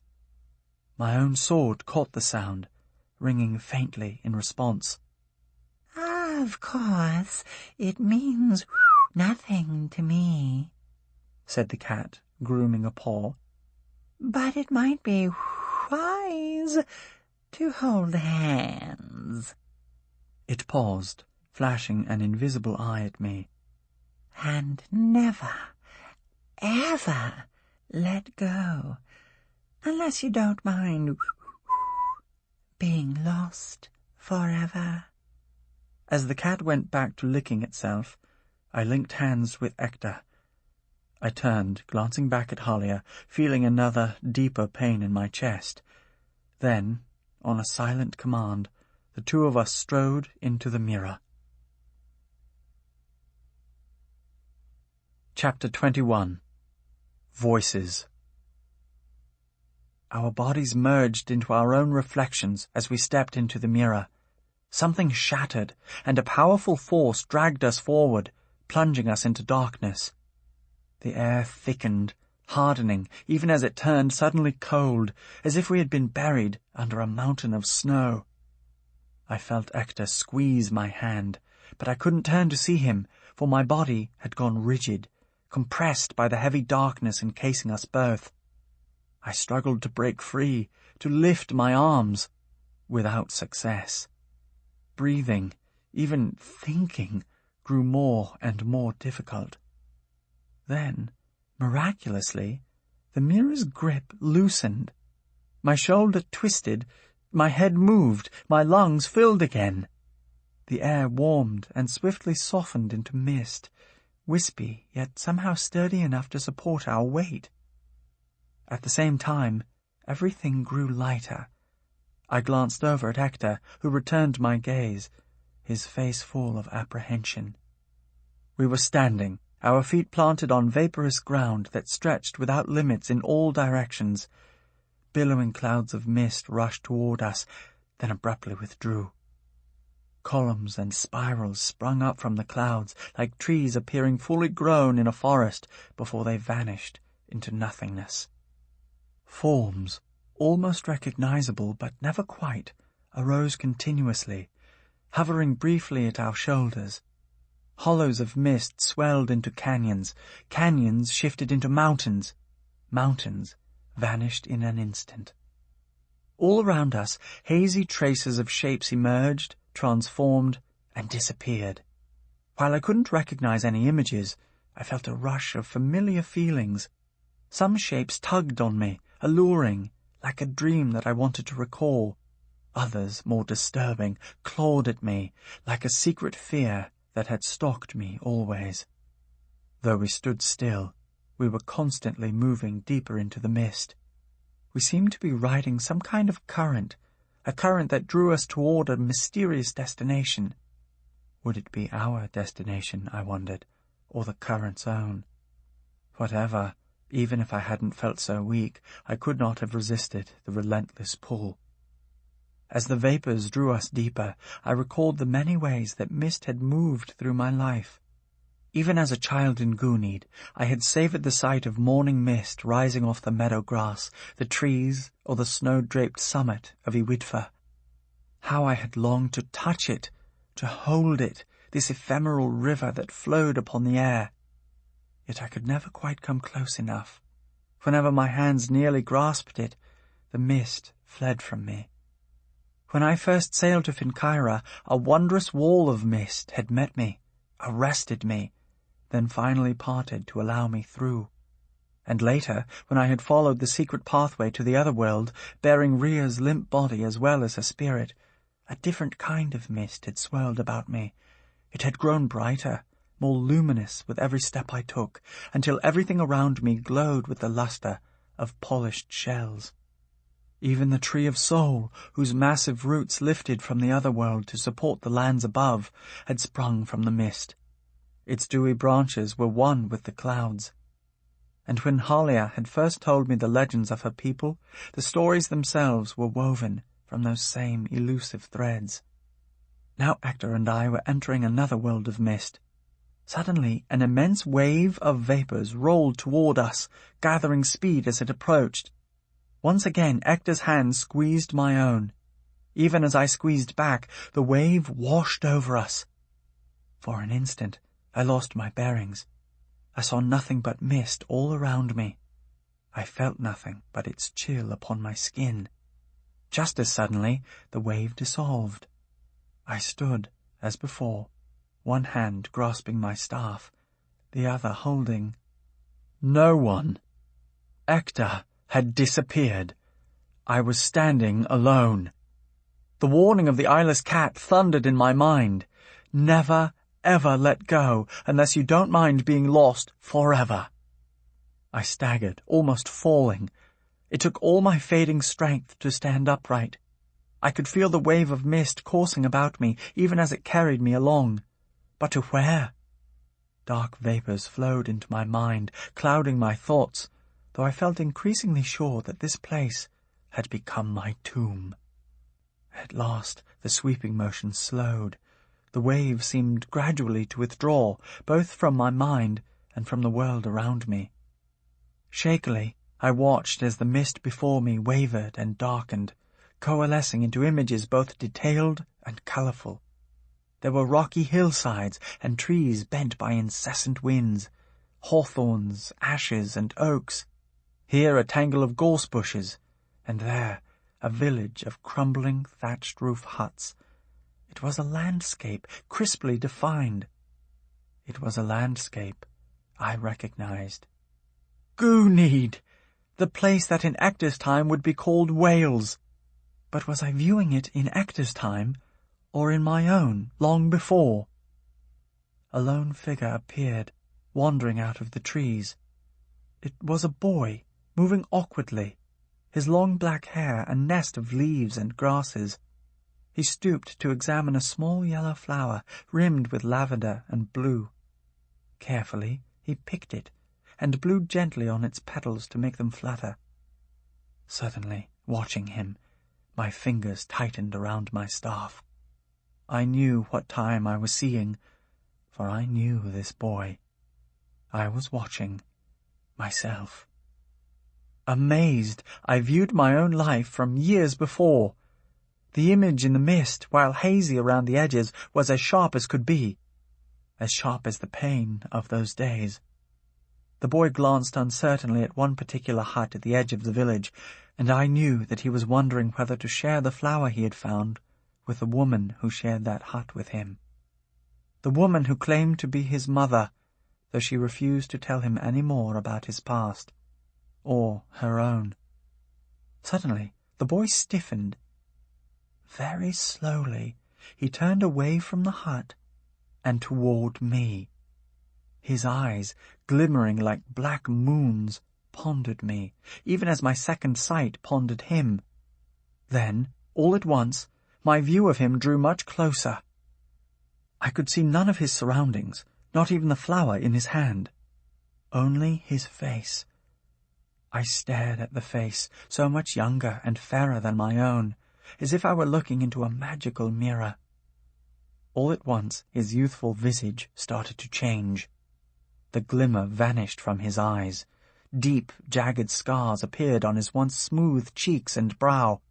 His nose, meanwhile, hooked downward, as his bony chin lengthened. Yet nothing about him changed so dramatically as his expression. Terrified, he grasped his own cheeks, clawing at them. "Go back!" he shouted, his voice so very much like my own. "You are just a boy, and you are wounded, forever blinded. You will find only pain if you stay here. Go back while you can." "But I can't go back," I cried, swaying on my staff. "I need help, and if I don't find it soon, I will die." "Not here!" he shrieked. "Here you will surely... Oh, the flames! Coming back, they will burn you again." Instinctively, my own hands flew to my face. Like the boy before me, I clutched the deep scars that rutted my flesh. Even if I could have grown a beard thick enough to cover them, I knew that I would always feel them, just as I would always feel the terror of that day. Just then, I heard another voice call my name. Trying to keep my balance, I spun around to find a new form emerging from the veils of mist. Vaporous threads parted, revealing another face I knew well, the face of my own mother. "Emrys," she pleaded, her sapphire blue eyes probing me. "Heed my warning, my son. You will only be hurt, burned again, if you stray too far from Finkyra." Weakly, I swatted at the coil of mist wrapping itself around my arm. "I must leave, though, to be healed." "No, my son." She shook her head, her golden hair brushing the encircling clouds. "You have the power to do it yourself. Don't you know that by now?" "Mother, no. This is too serious." She smiled lovingly. "Ah, but you are a healer, my son. Yes, that is what you are, and always shall be. A healer with remarkable gifts." Through the mists she beckoned to me. "Come home to me now. This way I will guide you as I did long ago." Confused, I looked back at the terrified face of the boy. "Don't follow her," he urged. "That way will only lead to pain, more pain." All of a sudden, another face appeared, this time in the clouds above me. I felt its dark shadow fall upon me, enveloping the smaller shadow that quivered at my feet. Cautiously, I looked up, squinting into the bright swirls of mist. "Merlin," growled the face of a man, his face as hard as chiseled stone. "It is I, your father, who calls to you.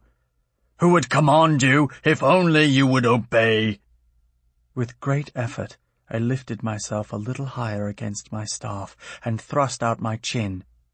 "You have never been able to command me." "To your lasting detriment," roared the man, his mouth fixed in a permanent frown. "For you have listened too long to others, those who would tell you that you are destined to be a wizard." "He is a healer," snapped my mother, "and a great one." "Wizard, healer, all the same," thundered my father in reply. His head tilted forward, revealing the gold circlet on his brow. "You are none of those. Hear me, son of Stangmar. You are destined to do only one thing, the same thing your father before you has done." Sagging a little lower, I asked, "And what is that?" "To fail." His words echoed in the surrounding clouds.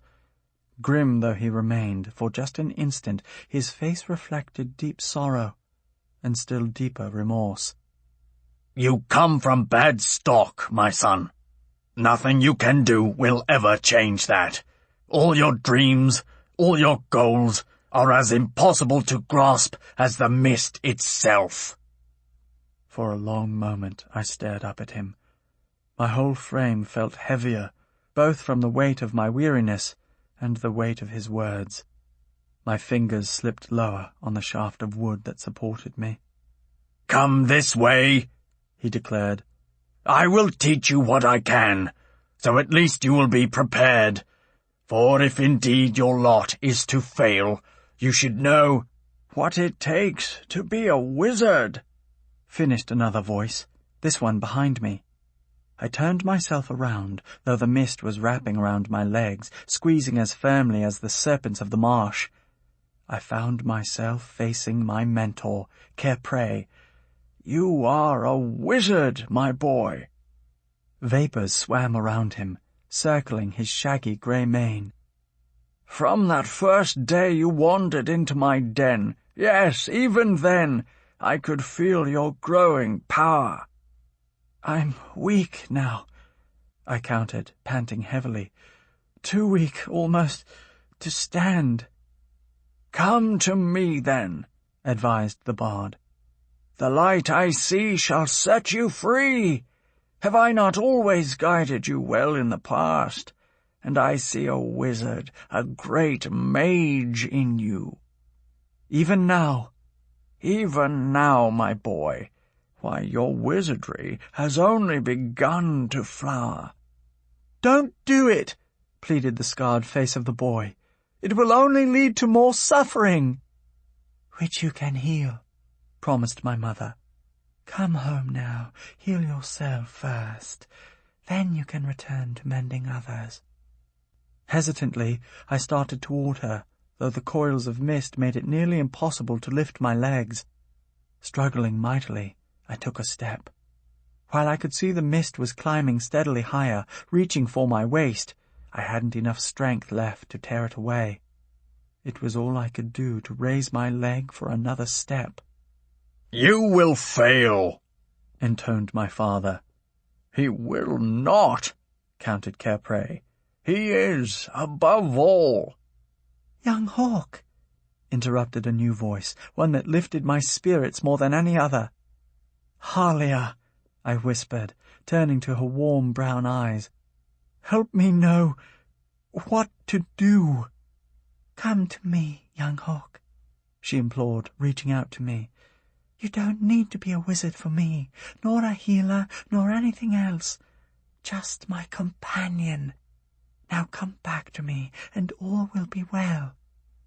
"But no," I said hoarsely. "You saw for yourself the blood news." "Come to me," she urged. "Stand by my side. Soon we will be kicking our hooves, running together again. My head spun as the mist crept higher on my body. It pulled on me, weighing me down. Dimly, I heard another voice calling through the thickening fog. Distant though it sounded, this voice struck as fresh as a woodland breeze. I knew it well. Rhea! You have great magic, Merlin, she warned. But you're in danger of losing it. Her hand, wearing a bracelet of woven vines, waved vigorously at me. Your magic, your power, has always sprung from the meadows, the trees, the singing streams. Come back to the land, Merlin, before it's too late. Leave this mist behind. Come away with me now. She was right. Yes, I could feel it. I started to follow her, when a deep voice, bellowing sternly, arrested me. No, no, a wizard does not run. It was the voice of my grandfather, Tuatha. Even if I had possessed enough strength to turn toward him, I did not need to see his face to feel the power of his presence. I am your future, he proclaimed. Your destiny lies here with me. He will fail, grumbled my father, just as I did. No, objected Rhea. But his power springs from the land. To me, cried Capré. You already have the power of a wizard in your veins, all the power of Tuatha, and more. Come, my boy, and I will help you follow the ways of wizardry. Confused, I didn't know which way to turn, which voice to believe. Shadows began to gather in the mist, pressing closer, obscuring the faces around me. Tendrils, heavier by the second, wrapped themselves around my chest. My knees felt ready to buckle, my chest ready to collapse. I couldn't move now, even if I had tried. The voices kept calling to me, vying for my attention, yet with each laboured breath I took, the voices grew dimmer, as did the light that had once scattered through the mist. I could hardly hear all the pleas and commands any more. Swiftly they faded, like my strength, my will to live. At that instant, another voice, no louder than the rest, but more grating, spoke very near to me, almost in my ear. Just as I predicted, you infantile wizard, you have doomed yourself. I went rigid, as Nimue voice clucked softly. Now I shall be rid of you and your meddling ways forever. And since I am growing bored with waiting, I shall end your meagre little life myself. Suddenly, I felt cold fingers of mist curling around my neck. Right here, she said smugly. Right now. At the chill of her touch, whatever strength remained in me erupted all at once. I reeled backward, my arms pummeling the encroaching clouds, my legs straining to burst free of their bonds. I could barely see in the blur of clouds, but felt myself falling, tumbling helplessly downward. Even as I fell, a great weariness flooded over me. I may have evaded Nimue's grasp, but now, surely, I would die anyway. My strangled heart pulsed with regret. I had so much left to do, so much left to learn, and so many faces that I would never see again. Faintly, I noticed that the mist itself was changing. Was I merely imagining? No, it was true. The mist was not merely shifting, forming shapes within shapes as it had so many times before, but dissolving. Yes, that was it, vanishing from every side. Could that be light? It might be, though it seemed dim and wavering, coming from somewhere above. Although I couldn't move, I felt something hard forming beneath me, more like stone than mist. Even so, it didn't matter. Wherever I was now, I felt closer to death than ever before. Helpless, I drew a last, ragged breath. Chapter 22. Names. When I awoke, 2 large eyes, darker than night, peered down at me. I tensed, my body as rigid as the stones beneath my back. Did those eyes belong to Nimue? No, they were not hers. That much I could tell now, even in the dim light of this chamber where I lay on the floor. Set beneath white brows as thick as brambles, the eyes blinked once, very slowly. When they reopened, they seemed deeper than the deepest chasm, mysterious, frightening, and yet strangely familiar somehow. Suddenly they narrowed, squinting at me. With a start, I rolled away and bumped right into someone else. This time, slate-blue eyes gazed down at me. At once, I recognized them. "Hector! It's you!" I murmured. Though I still felt too weak to sit up, a new strength was slowly seeping into me, filling me as falling rain fills the hollows of upturned leaves. All at once, I remembered the many faces that had confronted me in the mist. I cringed and asked, "Are you real?" The boy, a thin shaft of light glinting on his curls, smiled. "I'm real, yes, and so is that blood noose." "Extracted just in time, young lad. Just barely in time." Feebly, I turned to the voice, and those unfathomably deep eyes.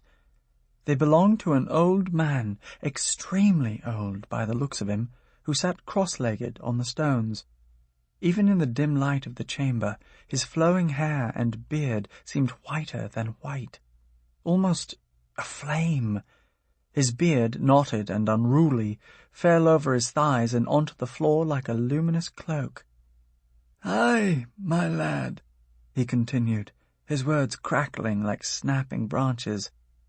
"When those inexplicable mists spat you out—" He caught himself mid-sentence, looking suddenly bewildered.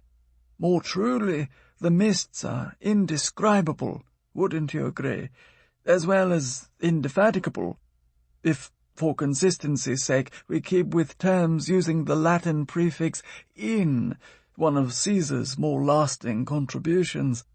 Or I suppose you could say the indeterminate mists spat you out.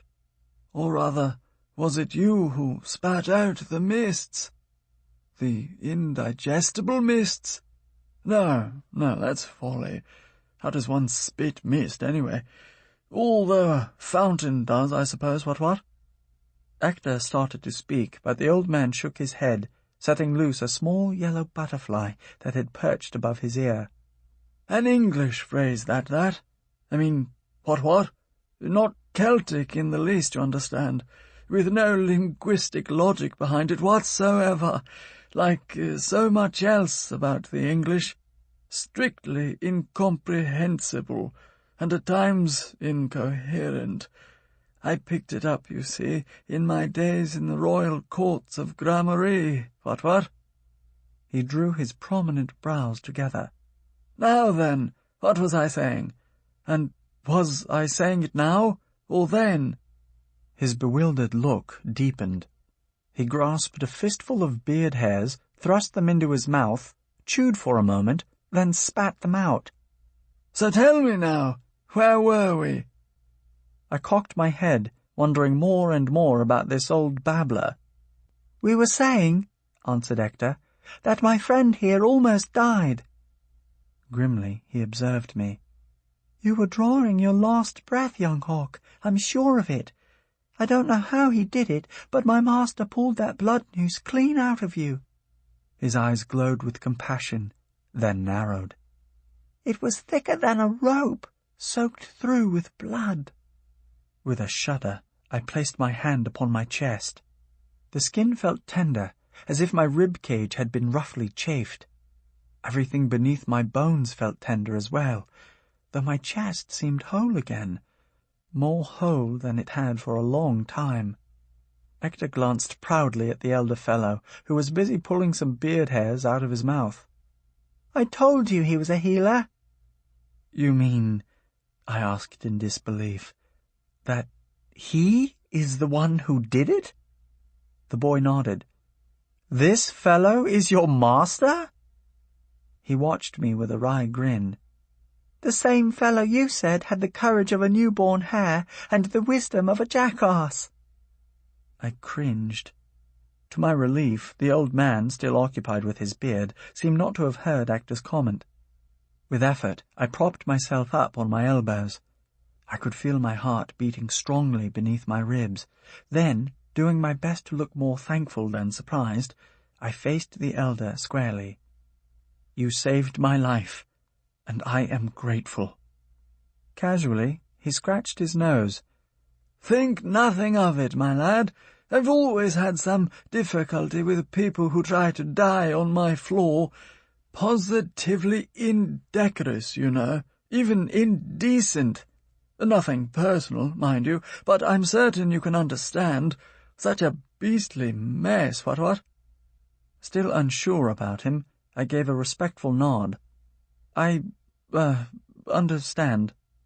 "Good," he declared, scratching the tip of his long nose. "That is a good deal more than I can say for myself most of the time." He clasped his weathered hands together and looked expectantly at Hector. "Now then." Briefly, another wave of confusion crossed his face. No, let's just say now. Less disorienting. So then, now. Maggots and mushrooms. Dear me, just tell me, please, one thing. One very important thing." The bewildered look vanished, replaced by one of great anticipation. "Where, lad, is the key?" Hector's shoulders drooped. Clearly, if he could have slinked away between the cracks in the stones, he would have done so. His words, though merely a whisper, seemed to shout out loud. "I have failed you, master." For a long interlude, the old man didn't move. I thought at first that he had not understood. At last I noticed a slight mistiness in his eyes. "You mean—" "I don't have it." My stomach clenched. I managed to sit all the way up, placing myself between the two of them. "It wasn't his fault," I explained. "If anyone failed you, it wasn't him, it was me." The elder studied me. He did not stir, except to lift, very slowly, one of his tangled brows. Feeling the weight of his gaze, I turned away. He tried to tell me, and I should have listened better." With his wrinkled hand, he tapped the floor. The sound reverberated in the shadowy chamber, finally dying away. "I see," he said at last. "Don't fret too much, lad. There have been too many times in my life when I should have listened better for me to blame you now." He heaved a sigh. "Far too many." His noble words lifted my spirits a notch, yet at the same time the genuine anguish written upon his face made my throat swell. With one hand he tugged on the collar of his tunic. Deep blue, it seemed, though I couldn't be certain. "Ah, listening. Most difficult of all the arts." He forced a half grin. "The only thing harder, I suppose, is trying to tame one's own shadow." Sadly, I nodded. "Believe me, I know what you mean." He straightened himself, making the joints in his back pop. "Well then, or now, shouldn't we introduce ourselves?" He shot a quizzical glance at Hector. "We haven't yet, have we?" "No, master." He waved at me. "This is young Hawk." From somewhere in the room there came a small screech and a flutter. The old man didn't seem to notice, and went back to watching me. The spare light rippled across his features and the stray hairs of his beard. "An odd name, that. What other names are you called?" I peered at the dark eyes. "Most people just say Merlin." Again a screech echoed, much louder this time. The old man grew agitated. "No, my lad, I wanted your name, not mine." I stiffened. "It is my name." "Merlin?" He leaned closer, drumming his bony fingers on the floor. "That's impossible. No, inconceivable." Actor, reaching a hand from under his tattered robes, touched my knee. "Are you really Merlin?" Taken aback, I declared, "Of course, why shouldn't I be? And why did he say his name was Merlin?" "Because it is." Suddenly the boy's face lit up like a torch. "Why, of course, that must be it. He shares your name because he, my own good master, is really you." "Me?" I asked, dumbfounded. "Your older self." My jaw dropped. The old fellow stared at me, aghast. The boy, meanwhile, eyed us both with wonder. "Don't you see? You're both Merlin, but from different times." He laughed. "I knew there was something strange about you, young hawk, strangely like my master. I'm sorry I didn't tell you anything, not even my real name. You, the older you, told me not to trust anyone I met in the marsh." My head whirled. "You mean to say your name isn't Actor?" He ran a hand through his curls. "No, it's my father, you see, whose name is Actor. Sir Actor of the Forest Sauvage. My real name is Arthur." Though I had not heard the name before, I felt an unaccountable stirring down inside myself. "And why do you call him, me, your master?" "Because it sounds better than tutor or teacher. But teach me he does, all sorts of things, some of them rather, unusual, even bizarre." He gave an embarrassed grin. "Why, he's even told me that one day he'll show me how to pull a sword out of a... well, you'd never believe it." I gasped as an ancient hand clutched my thigh. "Don't say any more," came the elder's stern command. "The lad doesn't know a particle about his future. All that lies ahead." He tilted his head thoughtfully. "In that regard, I suppose, he's rather like you." Chapter 23. Dance of Light. With surprising agility, the old man rose to his feet. At the same time, he swept his arm through the air, fingers splayed wide. His tunic sleeves slapped the air. The sound reverberated in the darkened chamber like a clap of thunder. Could that really be myself, I wondered, however many years in the future? The grand sweep of his arm, however, stopped short. He had caught several fingers in the knots of his beard. Still, that fact, and the fact that he had created several more knots while trying to extract his hand, did not seem to bother him, nor did it do anything to diminish the new illumination in his face. At last, having untangled himself, he gazed at me. "Now, my lad, before we speak of things future, or is it things past, let us have a meal, a genuine repast, shall we? One doesn't often join oneself for dinner, after all." "Yes, oh yes," exclaimed Arthur, clapping his hands. "Except for that, he waved a hand at me, that whatever it was you gave me under the trees, I haven't eaten for 3 days. "Which to a boy your age feels like 3 centuries. The elder snapped a pair of bony fingers. "And which to a man my age feels like next to nothing. Oh, but it's a lovely way to gain perspective on life, this living on endlessly, interminably, I should say. Only a fossil could tell you more. if indeed a fossil could speak. Fossil? Why, yes, my lad, you'll learn not to think in terms of lifespans, or centuries even, but geologic time. Truly, periods so vast that even the present era, Cenozoic, started 65 million years ago. Seeing my puzzled expression, he went on.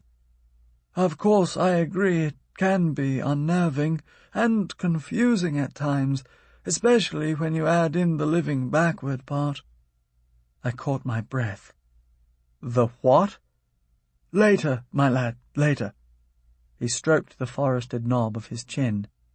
We must have a bite to eat. But first we need some light, what? Once again he waved his arms, this time keeping clear of his beard. Light suddenly flashed, filling the entire chamber. All around us assorted objects glittered, despite the layers of dust covering many of them, whether they rested on the stone floor, the high wooden cupboard whose shelves sagged with leather-bound volumes, the lavishly decorated walls, or the ceiling itself.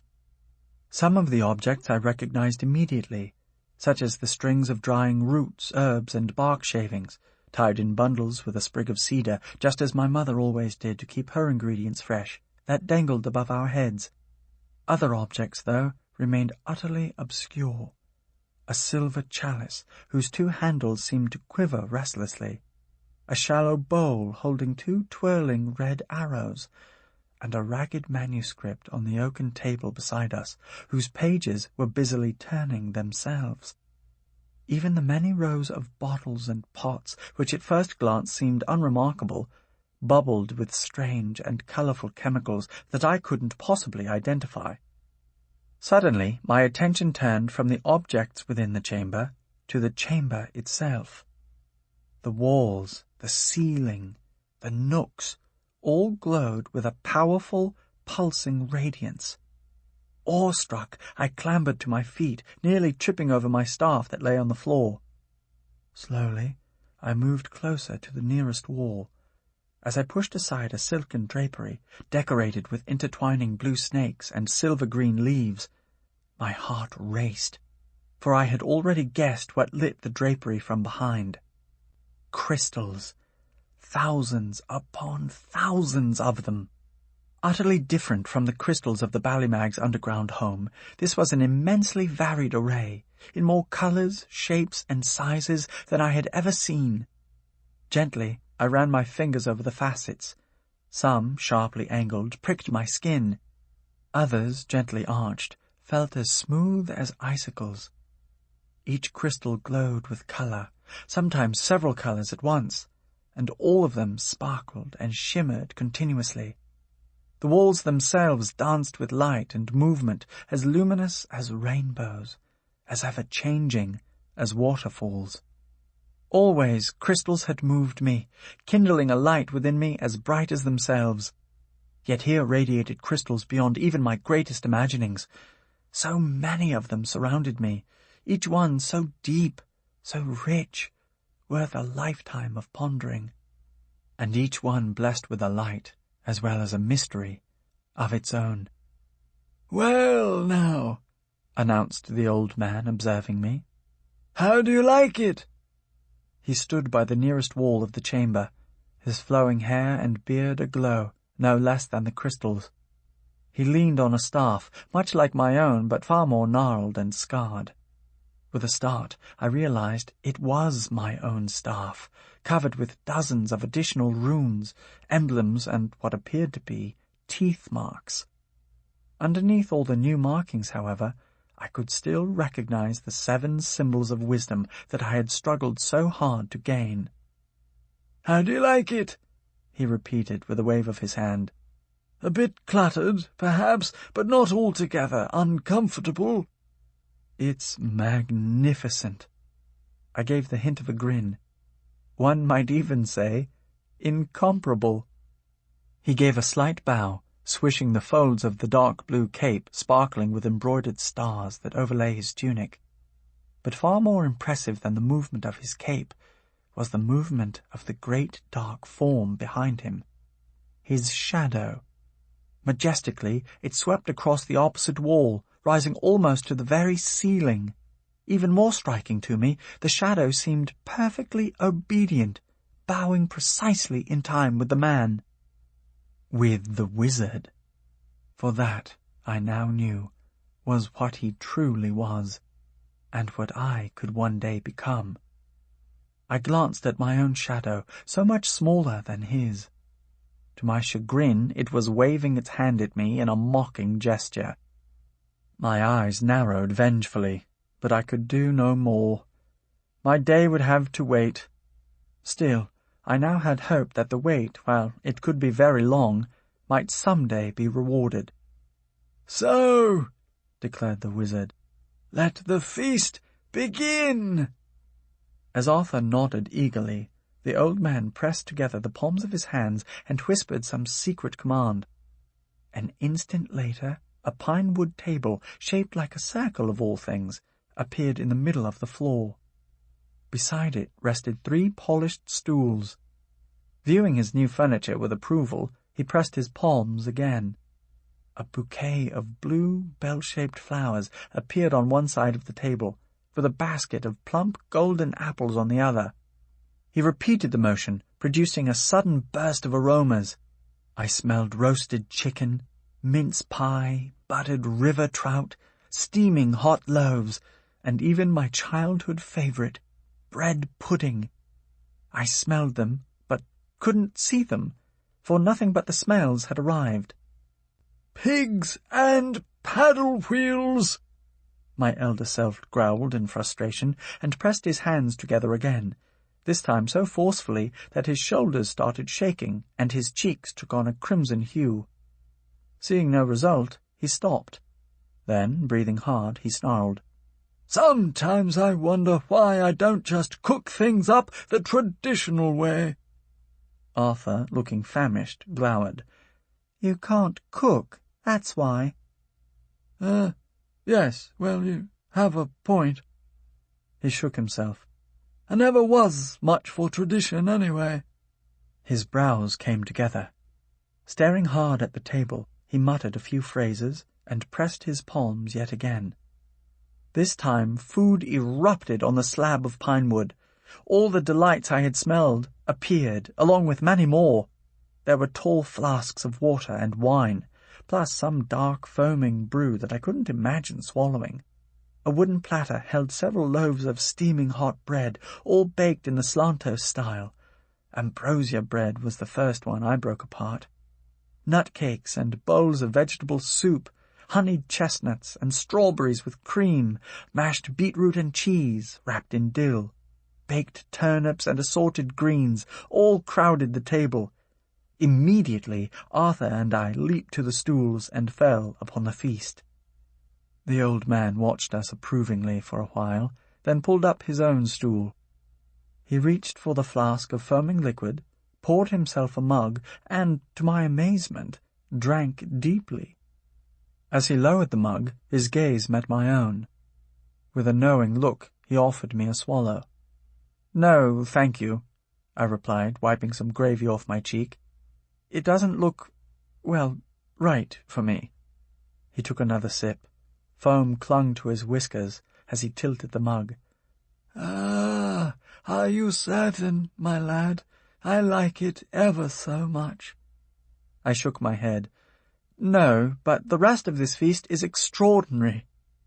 "It's an acquired taste, I suppose, one of those inexplicable phenomena." He laid down the mug, almost toppling the plate of beetroot. "Takes a few centuries of getting used to, that's all."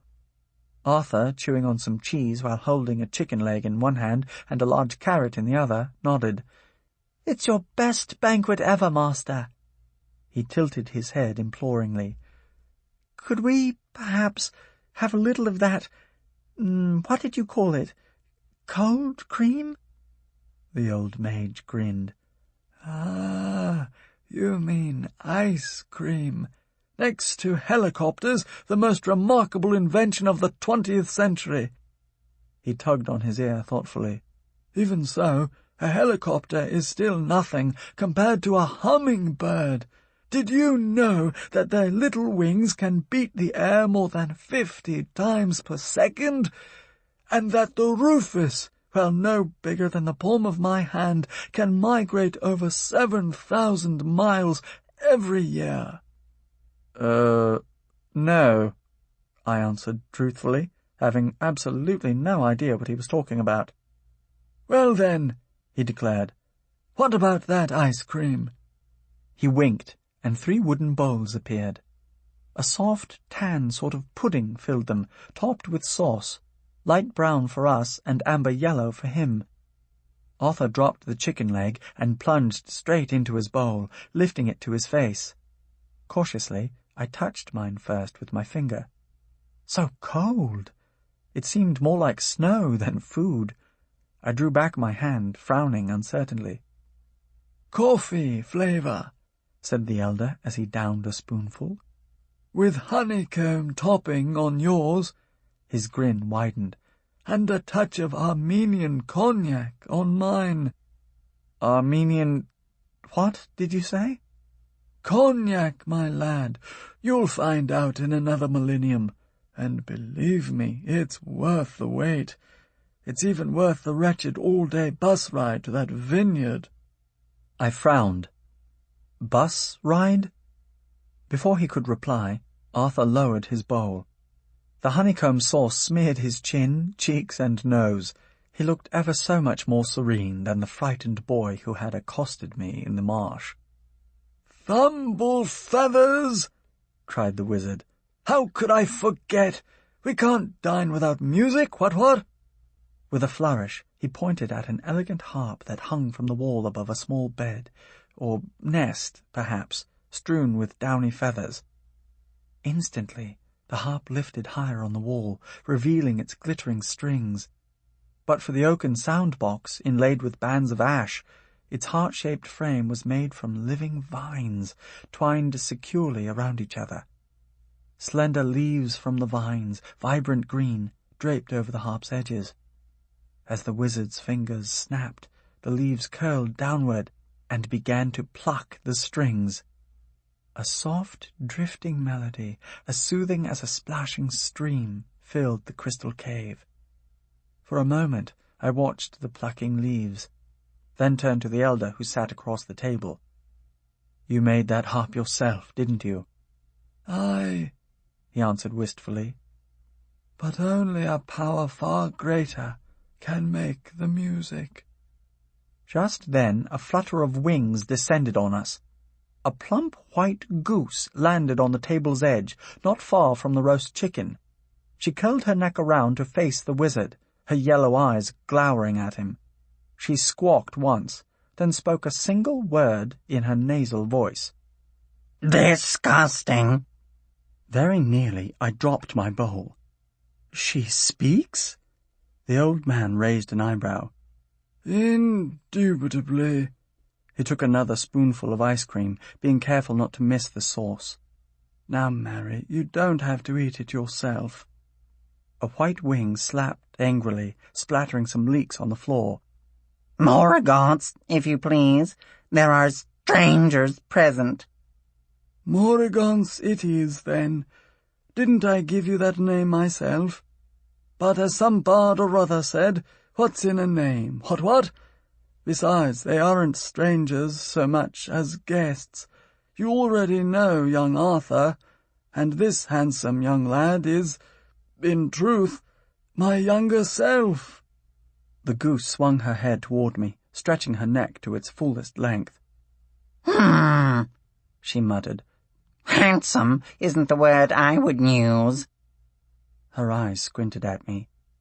"I only hope you're less foolish than the old gander over there." Dismayed, I considered returning the compliment, but the mage spoke first. "Don't mind her, lad. When the last of my owls, 19th in his line, finally took the long journey to join Dagda, I swore I'd never have another bird. They had lived under my roofs, and, come to think of it, under my hats for several centuries, but enough is enough. Too many droppings, in the hair, in the soup, in the... Oh, well, you understand. Then Mary came along, barely a fledgling, and a half-starved one at that. And though her manners weren't nearly as developed as her neck, I took pity on her. Bah! Spat the goose. It was I who pitied you, not the other way around. He scratched the end of his beak-like nose, pondering. I was wondering, my lad, since you've come all the way here. Yes? Would you like a closer look at my... well, our crystal cave? I beamed at him. Oh, yes. Good then. He curled his arm around mine. Let's take a little tour, shall we? Together we strode over to the tall wooden cupboard loaded with books of every thickness and colour. The smell of worn leather grew stronger as we approached, as did the sound of harp strings, since the leaf-draped instrument hung on the cupboard's far side. With the tip of his finger, my elder self touched the bindings of several volumes, greeting them like venerable colleagues. For my part, I stood gaping at the sheer number and diversity of books on those shelves. The cupboard itself was 3 or 4 times larger than any I'd seen before, covering a good portion of the wall. The shelves and the volumes stacked upon them glowed with the light of the crystals that seeped through the cracks in the wood. Drawing closer, I could tell that the books had not been separated according to subject. On the contrary, they were shelved with no apparent logic. A botany text sat beside a treatise on Aristotle. A pictorial history of a place called the Ganges River lay in between 2 volumes titled Astrophysics, The Long View. There were books on sea voyages, rare birds, cloud formations, someone named Leonardo da Vinci, healing herbs, and one, called The Wind in the Willows, that must have been about weather patterns along riverbeds. Many more books displayed titles in languages that I couldn't comprehend. Of those, most left me with the feeling that I couldn't understand them even if the tongues had been familiar. And yet, it was clear that he understood them.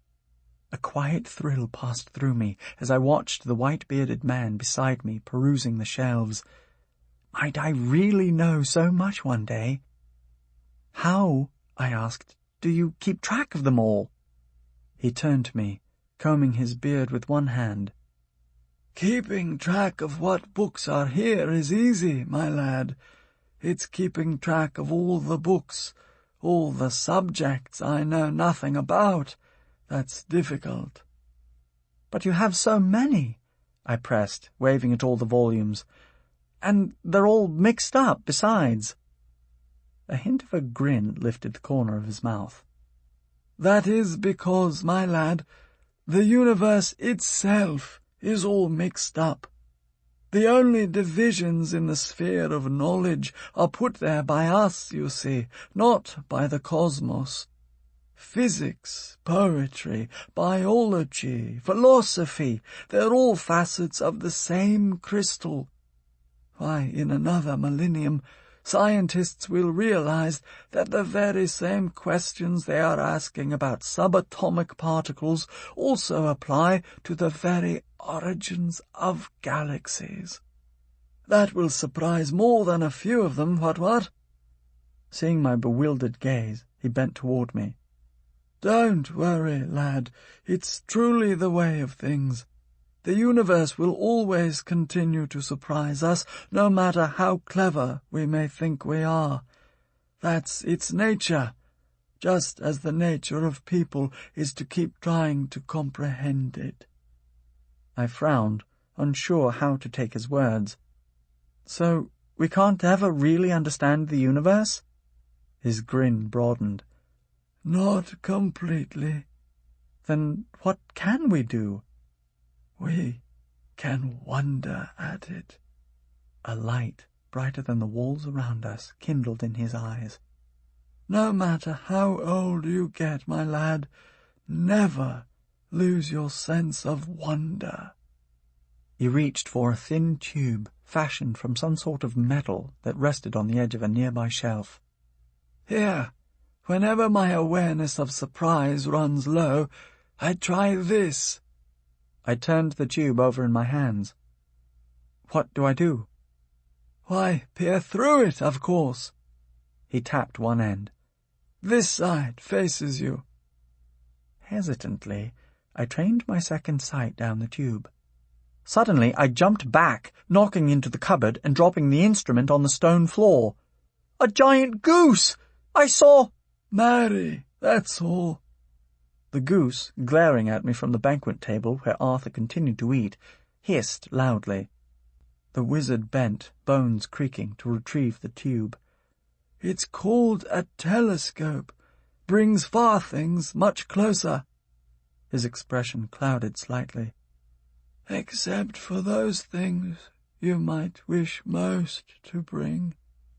I watched him as he stretched his arms outward in a way I so often did myself, trying to relieve that elusive pain between the shoulder blades, that burden of every Finkyran. After a moment, I ventured to ask, "Just because our ancestors lost their wings so long ago, must we always feel that pain? Or do we have to find some way to regain our wings before we can be free of it?" As if he hadn't heard me, he stepped deeper into the cave. When I caught up with him, he stood pondering a plant box that hung from a curling lavender crystal. At once I recognized the plant it contained, eel grass, the reed most precious to Halia's clan.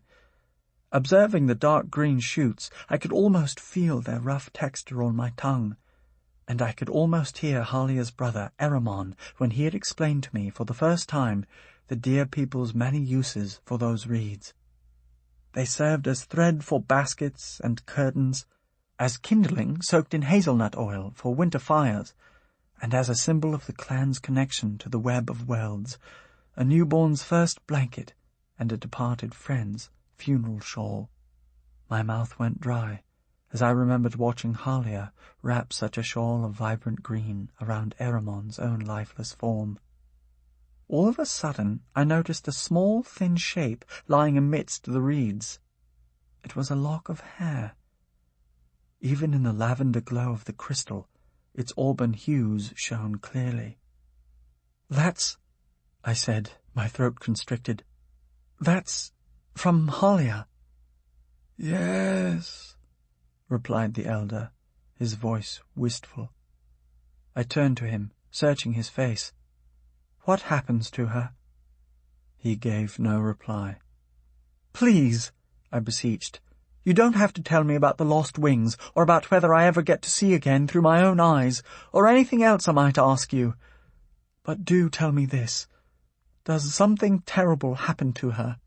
To us?" The old man looked not at me, but at the lock of hair. Behind us, the harp-strings' tempo slowed, while their melody seemed more melancholy than before. "Not exactly," he said at last. Slowly he turned toward me. "If I say any more, it might, well, disturb things. For you as well as for her. Just savor all your moments together." "Moments?" I repeated, my voice hoarse. "All life is but a stream of moments, my lad, each one containing its own choices, its own marvels, its own mysteries, and, I fear, its own perils. But this much I have learned. It sometimes happens that what seems in one moment a curse could turn out in the end to be a blessing." Tenderly I touched a shaft of eelgrass. "Or the reverse?" He nodded. "Or the reverse. And one never knows until the moment has passed." Reaching for a hefty, twin-bladed axe, he raised it slightly off the stone floor, before it fell back with a thud. "Take this terrifying piece of weaponry, for example. Looks most assuredly like an instrument of death, does it not?" "Of course," I replied. "That's what a battle-axe is for." His eyebrows lifted like rising clouds. "Well then, it should interest you to know that this battle-axe saved, or will save, I should say, your very life. Indisputably. Mine too, as I think about it, and in a most unexpected way." Before I could ask him to elaborate, he ran his fingers over the silver hilt of my sword. "Just as this sword will save the life of young Arthur over there. Oh, yes, many times." I glanced over my shoulder at the boy, watching him drain his remaining soup and tear off a slab of nut cake. I knew deep down in my bones that he was the one. "The very one." Gently he patted my shoulder. "And you will guide him as best you can, whether his quest is to find the legendary Grail, something as wondrous as peering into the eyes of 7 white wolves, or to find his own true self." My throat more parched than ever, I tried to swallow. "Does he ever find this Grail?" "No," answered the mage, "but the quest succeeded nonetheless." "That doesn't make sense." He wove his fingers into his beard. "Ah, but it does, truly, as does his even greater quest to usher forth a whole new concept of justice and law, inspired by high ideals, but doomed to fail in its time, for the effort alone spawned a triumph, frail, but nonetheless alive, a triumph that might yet outlast the tragedy." With a mixture of sadness and affection, he watched the boy, who was stuffing more nutcake into his mouth. "That is why, in times to come, he will be called the greatest of all the kings of Gramarye, the king, once and future." I shook my head. How can Arthur fail, but still triumph in the end? "I didn't say that he would, lad. Just that he might." His eyes glistened, reflecting the glow of the crystalline walls. "Just as you and I might." My heart felt suddenly heavy. I stood there, silent, wanting to know more, yet afraid to ask. He drew a slow, ponderous breath. "You see, I sent young Arthur back to that marsh for a simple reason. It was the only way, the only hope of saving me. You. Us." Chapter 24. Merlin's Isle. The aged man, my eldest self, ran his sleeve across his brow. Wearily he confessed, "This will require a bit of explanation, I'm afraid. Shall we sit down?" Without waiting for my response, he wriggled his fingers in a strange manner. Immediately, the floor behind us erupted, spraying chips of stone across the floor of the cave. I leaped aside, though the wizard didn't even budge. When I turned around, I saw that a fully grown beech tree had surged through the floor, its branches arching from one wall to the other, touching the crystals at either end. Awestruck, I studied the tree whose sturdy roots now clasped the broken stones. Unlike any tree I'd known before, its trunk rose only a short distance above the roots before bending sharply to the side. Then, after a short horizontal distance, the trunk lifted upward again, stretching its leafy boughs to the ceiling. Heaving a sigh, my old companion sat himself upon a horizontal section and leaned back against a pair of branches. His feet swung slightly above the floor. "Ah," he mused, "I have always loved to sit in trees." "So have I," I replied, "but normally not indoors." Ignoring my comment, he laid his hand upon the smooth grey bark. "And beech trees, somehow, always make me feel more peaceful." His voice dropped a little lower, as did the harp music that continued to fill the chamber. "Such things are more and more helpful these days." "Tell me," I said, stepping nearer, "what has happened to you? To us?" "In time, lad, though first you should have a seat yourself." His brow knitted. "There's really not room for 2 of these chairs, however. A matter of floor space, what? Ah, there's the solution." He pointed to the empty stools beside Arthur, who was busily devouring another chicken leg, oblivious to anything but the repast before him. "Fetch one of those, would you?" I started to move when, to my utter astonishment, something else went to fetch the stool. The wizard's shadow. The great form, as tall and broad as the tree itself, slid across the crystal cave's wall and over the floor to the banquet table. Without a sound, it lifted the stool, carried it through the air, and placed it by my side, right on top, I was pleased to note, of my own squirming shadow. As the immense shadow returned to its position, nestled among the branches next to its master, the wizard gave a nod of approval. "Thanks, old friend." Old friend, I thought. That part of my own future will surely be different. And yet I glanced down at my own little shadow, struggling to free itself from the chair, and wondered, could it be possible?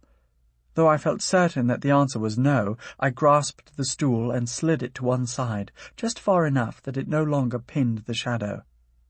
As expected, I received no gesture of thanks, only an impudent kick. The elder, I realized, was observing me. "How do you get your shadow to behave so well?" I asked. "I'd love to trade mine for one like yours." He shook his head, making his flowing white hair shimmer in the crystal's glow. "It's part of you, my lad, just as the night is part of the day." "I wish it weren't," I grumbled, seating myself on the stool. "Now tell me, please, what caused you to send Arthur back to the marsh? The way he described it, you were imprisoned, very likely to die, yet here you are in your own crystal cave." Somberly, he gazed at me. "All of that is true, indisputably true." "But this place, so full of marvels." "It's also my prison," he declared. Sliding his hand over the smooth trunk, he drew a deep breath. "It's that sorceress Nimue, I fear. She lured me, tricked me, into revealing some of my most powerful spells.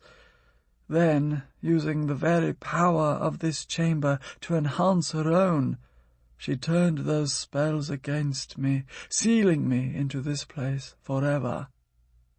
The final word fell upon me like a stone. "So you're completely trapped?" His eyelids closed. "I am." "That Nimue!" I cried. "What torture it must be for you!" "All the more so because of the important work that remains to be done beyond these walls." For a long moment his words hung in the air. Then, reopening his eyes, he noticed something above his head. With a curious expression, he raised one hand toward the object, slender and brown, dangling from one of the limbs. A cocoon! Despite his troubles, the wizard seemed wrapped in concentration. As the cocoon quivered slightly at his touch, he nodded, and the grimness seemed to lift a little from his face.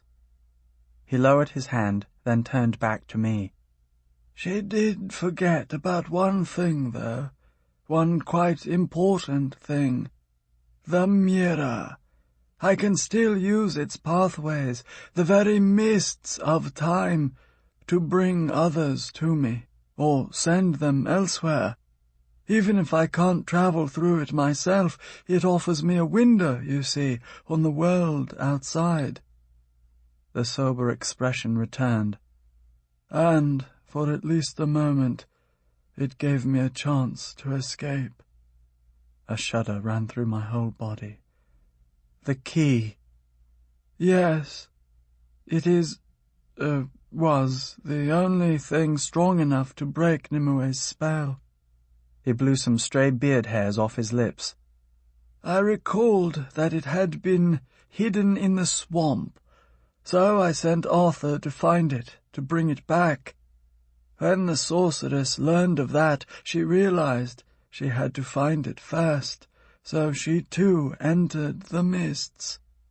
No doubt she turned the marshlands upside down, searching. Why, she even lured you in there to assist her, changing our history in the process. So you, at my age, didn't spend that time in the haunted marsh? Heavens, no, my lad, he grimaced. She really made a beastly mess of things. I'm the one who made the mess. I could hardly contain my anger. Now I understand. She tricked me just as she tricked you. She knew that the key could only be used once, and even though she expected me to use it to stop the blood noose, not to free the marsh ghouls, she still got what she most wanted. My throat made a sound, part growl, part sob. By using the key in the past, I sealed your fate, my own fate in the future. Nimue said so when she left. You have doomed yourself. That's what she told me. And she was right, more right than I could ever have guessed. At least, said the old man, you stood up to her. Bitterly, I hung my head. What good did that do? It was just what she needed to prevail. I regarded him sharply. And what good does it do for you to teach Arthur all those high ideals when you already know that his kingdom is going to fail in the end, that he'll never live to see them prevail? Squeezing a branch of the beech tree, the wizard gazed at me. At last he spoke, his voice full of tenderness. What good? I cannot tell, nor can anyone. I shrugged. Just as I thought, more good intentions worth a handful of dust. Hear me out, he declared, his eyes gleaming anew. There is still this. A kingdom that is banished from the land may yet find a home in the heart. His back straightened, and he seemed to grow larger as I watched. And a life, whether wizard or king, poet or gardener, seamstress or smith, is measured not by its length, but by the worth of its deeds and the power of its dreams. Absently, I scanned the glittering facets surrounding us. Dreams can't make you free. His hand, so deeply wrinkled, reached over and clasped my forearm. Ah, dear lad, but they can. He looked not at me, but through me, at something far distant. Most surely they can. I studied his face, the dark eyes almost laughing, while at the same time almost crying, the wide mouth, so old and yet so young, the wrinkled brow, marked by ideas and experiences I couldn't begin to fathom. And, of course, the great beard, tangled in places, luminous throughout. Yet for all that face made me want to hope, I still felt defeated. Know this as well, young wizard, he said kindly.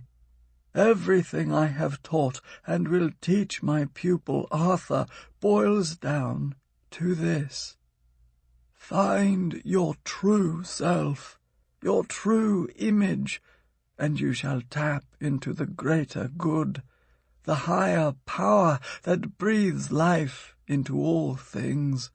Most assuredly, and while you may not prevail in your own time and place, your efforts will flow outward as ripples on a pond. Powered by that greater good, they may touch faraway shores, altering their destinies long after you have gone. destiny can't be changed," I protested. "Because of my folly, you, and therefore I, will be trapped in this cave forever." The old man considered my words for a moment before speaking. "You have a destiny, lad, that much is true. But you also have choices. Yes, and choices are nothing less than the power of creation. Through them you can create your own life, your own future, your own destiny." I merely looked at him in disbelief. Pensively, he rubbed a few leaves between his thumb and forefinger. At the same time, the harp strings seemed to pluck slightly more rapidly, their notes echoing from the walls with a lighter lilt. "By your choices," he continued, "you might even create an entirely new world, one that will spring into being from the ruins of the old." He smiled to himself in a secretive way, as if he knew much more than he was revealing. "There is a poet called Tennyson, from a time yet to come, who describes such a world. Avalon is its name. That is a land, he says, where falls not hail or rain or any snow, nor ever wind blows loudly. But it lies deep-meadowed, happy, fair with orchard lawns and bowery hollows, crowned with summer sea." The words fell upon me like a warm summer rain, yet still I could not bring myself to believe him. I can't even move my own scrawny shadow, no matter how hard I try, so how can my choices make any real difference to the outside world? "Well," said the mage with a sigh, scanning the boughs that supported him, "with regard to your shadow, you might stop trying and simply start being." "Being? Being what?" "And with regard to your choices," he went on, "you have already affected the world because of them. Indelibly, I might add. Think of it, lad. In your brief time on Finkyra, what has it been, 3 years? You have roused the hidden giants, found a new way of seeing, toppled an entire castle, answered an oracle's riddle, defeated those wicked beasts who devour magic, taken your sister's spirit into yourself, healed a wounded dragon, and so much more. And that is but the beginning. You have, if I recall correctly, become a deer, a stone, a feathered hawk, a tree, a puff of wind, and even a fish." He paused, glancing over at Arthur, who was finishing one fruit pie and moving on to another. "A fish," he muttered to himself. Yes, that might be just the right thing for him at this stage." His bright eyes swung back to me. "You have choices, my lad, and with choices, power, inestimable power." Despite myself, I felt a faint glimmer of renewal somewhere down inside. Had I really done all those things? Though I knew that Nimue treachery had defeated me, forever, it seemed, I still found myself feeling curiously different. Stronger, somehow. I shifted my weight, sitting a bit more erect on the stool. Then a wave of doubts washed over me. I may have done those things on Finkyra, but what about here? This place called Gramarye. This is the land you wanted to save, but now cannot. As the old maid regarded me, the crystals lining the walls and ceiling seemed to grow a little brighter. "Whatever happens to me, or to you, my lad, we will have forever changed this place, this island, just as you have forever changed that island that is now your home, most certainly. I have even heard some people cease to call it Gramarye, or even that modern term, Britain, at all, preferring instead to say Merlin's Isle." Almost imperceptibly, he smiled. "You doubt me? Then hear these words, penned by a poet named White, who will not even be born for more than 1,000 years. She is not any common earth, water, or wood, or air, but Merlin's isle of Gramarye, where you and I will fare." He pointed a knobby finger toward the far end of the cave. From within its depths, a small clay cup came floating toward him. Carefully, he plucked it from the air, reached inside, and pulled out a tiny sphere. Though the sphere was dark brown, it gleamed with an eerie sheen that seemed to pulse like a living heart. It was, I knew at once, a seed. "The wonders of this seed," pronounced the wizard, "are both too subtle and too immense to name, though in years to come many a bard will try." Slowly he rolled it between his fingers. "Its history, too, is immense, so I will share but a little with you now.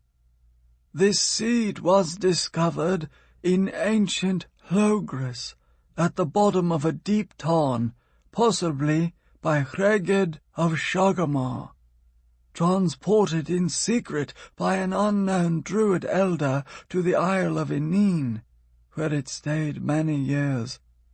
Stolen by the stern Queen Unwen of the realm of Powys, lost eventually, found, lost again, and found again by a young page after the terrible battle of Cumlin, right here in Gramarye." He smiled briefly, but whether it was smile of pleasure or of sadness I couldn't tell. "Ah, lad," he continued, rolling the little sphere in his palm, "I could say so much more, yet nothing is more important than this. This seed carries the power to grow into something magnificent, truly magnificent." I leaned closer on the stool. "Can't you tell me what that will be?" "No, I cannot." I frowned at him. "And you will say nothing either about the lost wings?" He shook his white head.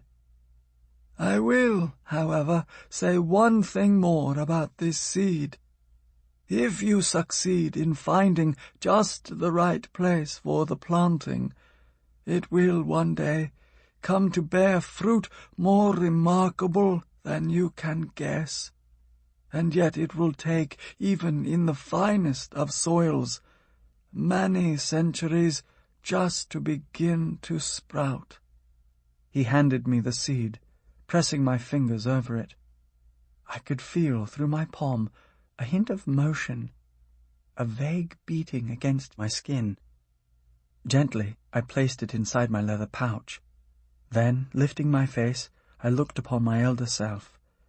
If, as you say, it will take centuries to sprout, and time before that to find where it should be planted, then— "Yes?" "Then I had better begin soon, don't you think?" As he nodded, the stars embroidering his cape seemed to sparkle. "As soon as you like, my lad." He plucked a crumpled leaf out of his beard and cast it aside.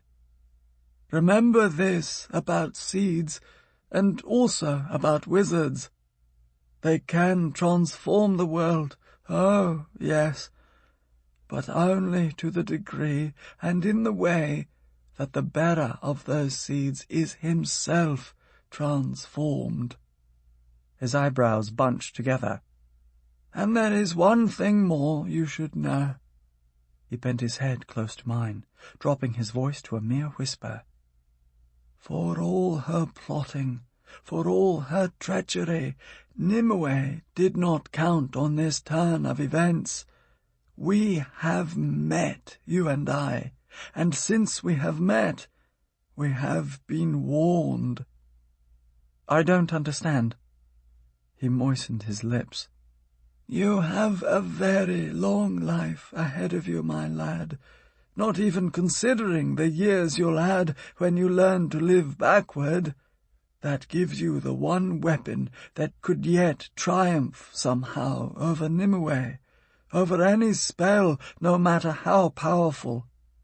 It's a weapon that can dissolve any knot, destroy any monument, burn away any realm, or build a new one out of the ashes. I glanced at the battle-axe leaning against the wall, glinting in the shifting light. What weapon do you mean? Time. He tapped the tree trunk beneath him. Time gives you, us, a chance. Nothing more, yet nothing less. My fate, you see, may not be yours. You still have freedom of choice, as did I, but now you know some things I did not. So, perhaps, just perhaps, you will choose more wisely than I did, and avoid Nimue's traps, no matter how alluring, when the time finally comes. Feeling a flicker of hope, I took his outstretched hand. My fingers, so much smoother and rounder, wrapped around his own. Our hands seemed very different, and yet very much the same. I felt the vibrant passion, along with the uncertainty of youth, and the deep wisdom and different uncertainty of years. I felt the weight of tragedy and the anguish of loss that awaited me. And I felt something more as well, the barest breath of a chance. The Major's grip suddenly tightened. His head jerked, then stayed fixed, as if he were listening to a faraway voice, hoping to catch a few words or phrases. At length he released my hand. It is time, sad to say, for you to leave. I studied his troubled brow. What's wrong? Halia, he whispered. She is in danger. He winced, rubbing his temple. Grave danger. I leaped off my stool. Send me back, then. I will try, he answered, sliding down from his perch. But it's not as simple as that. To succeed, I will need your help, for to get there in time, you must go back into the mirror's living mists and confront whatever you may find there. My legs felt as rooted to the floor as the beech tree. The mists! I can't go back there. Those faces, you don't know what they're like. Ah, but I do. He beckoned to my staff, which flew to my side. Hesitantly, I grasped its shaft, striking its base on the stone floor. At the same time, my shadow reached for the shadow of the staff, then seemed to change its mind and pulled away. Those faces, warned the wizard, will be no less terrifying this time, more so, perhaps. Only you, though, can find your way through them. Only you. His gaze bored into me. It's nothing that you, that is, we, can't handle, lad. Anxiously, I swallowed. I like the sound of we better. His own hand squeezed the gnarled top of my staff. So shall it be, always. I gave a nod. Always. Removing his hand, he flicked a finger against my pouch. Remember the seed now. I will. And as for those rumors about lost wings... Yes? His eyes seemed to twitch. You never can tell about those beastly rumors. So much speculation, what? I ground my teeth. Are you sure you can't say something? No, my lad.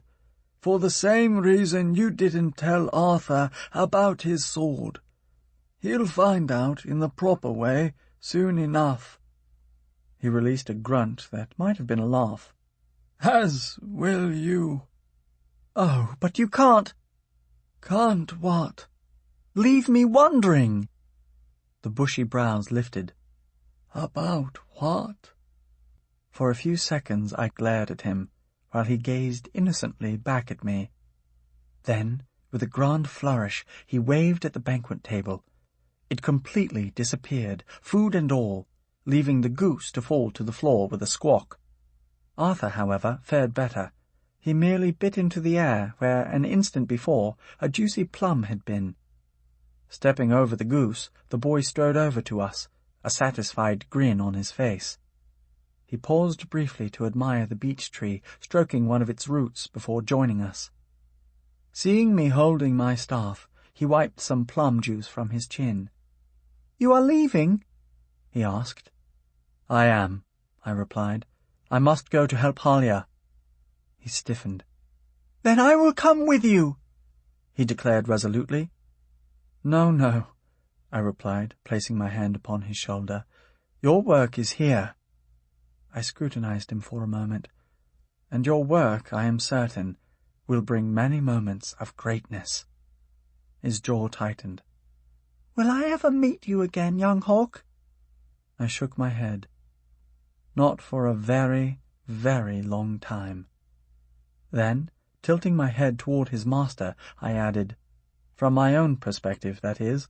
From yours, why, you already have." He grinned once more, the light playing on his golden curls.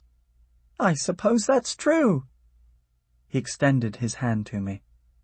"Though we didn't meet for long, I am glad, very glad we did." My hand clasped his. "Yes, my friend, well met."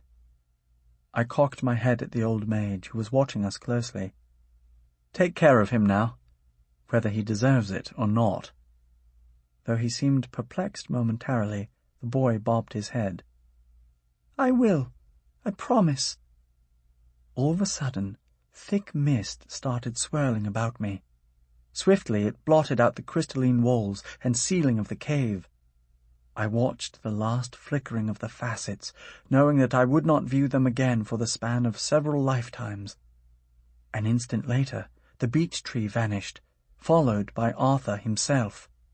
Soon only the dark, blurry shape of the elder wizard remained.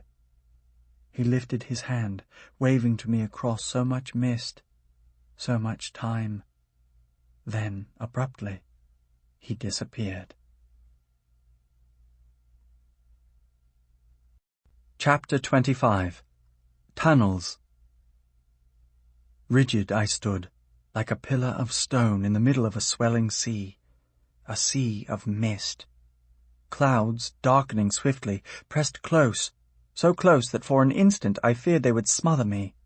Yet somehow I continued to breathe, and also to watch, with growing trepidation, the endlessly churning billows that surrounded me.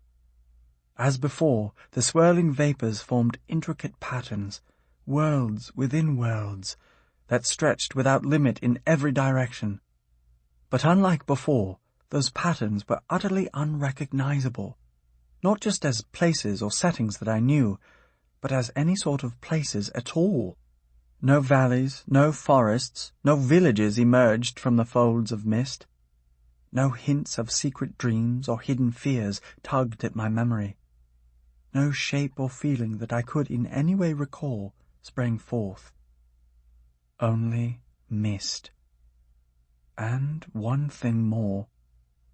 My fear, swelling like a burgeoning cloud within myself. I feared for Halia, in danger from some unknown source. Could I reach her in time? Even if I could, would I be able to help? And I feared for myself as well, in ways as profoundly unrecognizable as the mist itself. Even my shadow, cowering at my feet, seemed overcome by fright.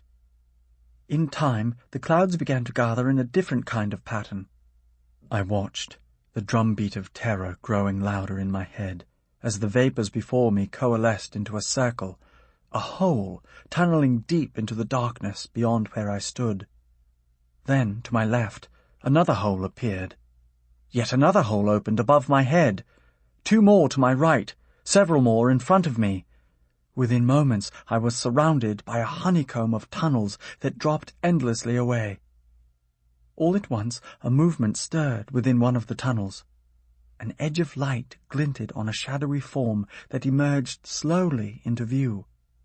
It was, I saw with a shudder, a face. My face. There were the eyes, darker than the tunnel itself, the hair all askew, the scars rutting my cheeks and brow. The face, a perfect image of my own, gazed at me intently. Then, within other tunnels, more faces started to appear. One after another they hardened out of the vapours, all staring at me, all waiting, it seemed, for something to happen. And all the faces were my own. On every side, above me as well as below, I saw the image of myself. Watching in silence, the faces confronted me, each one identical to the rest. Now I looked out not on a limitless sea of mist, but on a many-faceted crystal, with each facet a mirror that reflected myself back to me. Suddenly one of the faces spoke, its voice precisely my own. "Come, young wizard, enter my tunnel, for it is the only path that will lead you home." Before I could reply, another face called from above, "You are not a wizard, but a good son, and this is the pathway you seek? Are you not the brave boy who saved his mother's life on a rocky shore many years ago? Come, follow me now, before your time runs out." Another face objected. "Heed not their words. I know who you truly are, not a wizard nor a son, but a spirit of nature, brother of the streams and sky, fields and forest. Come with me now, home lies this way." "Tell the truth," sneered another face. "You have aspired to be all those things and more, but you have failed at all of them, and down inside you know you forever will.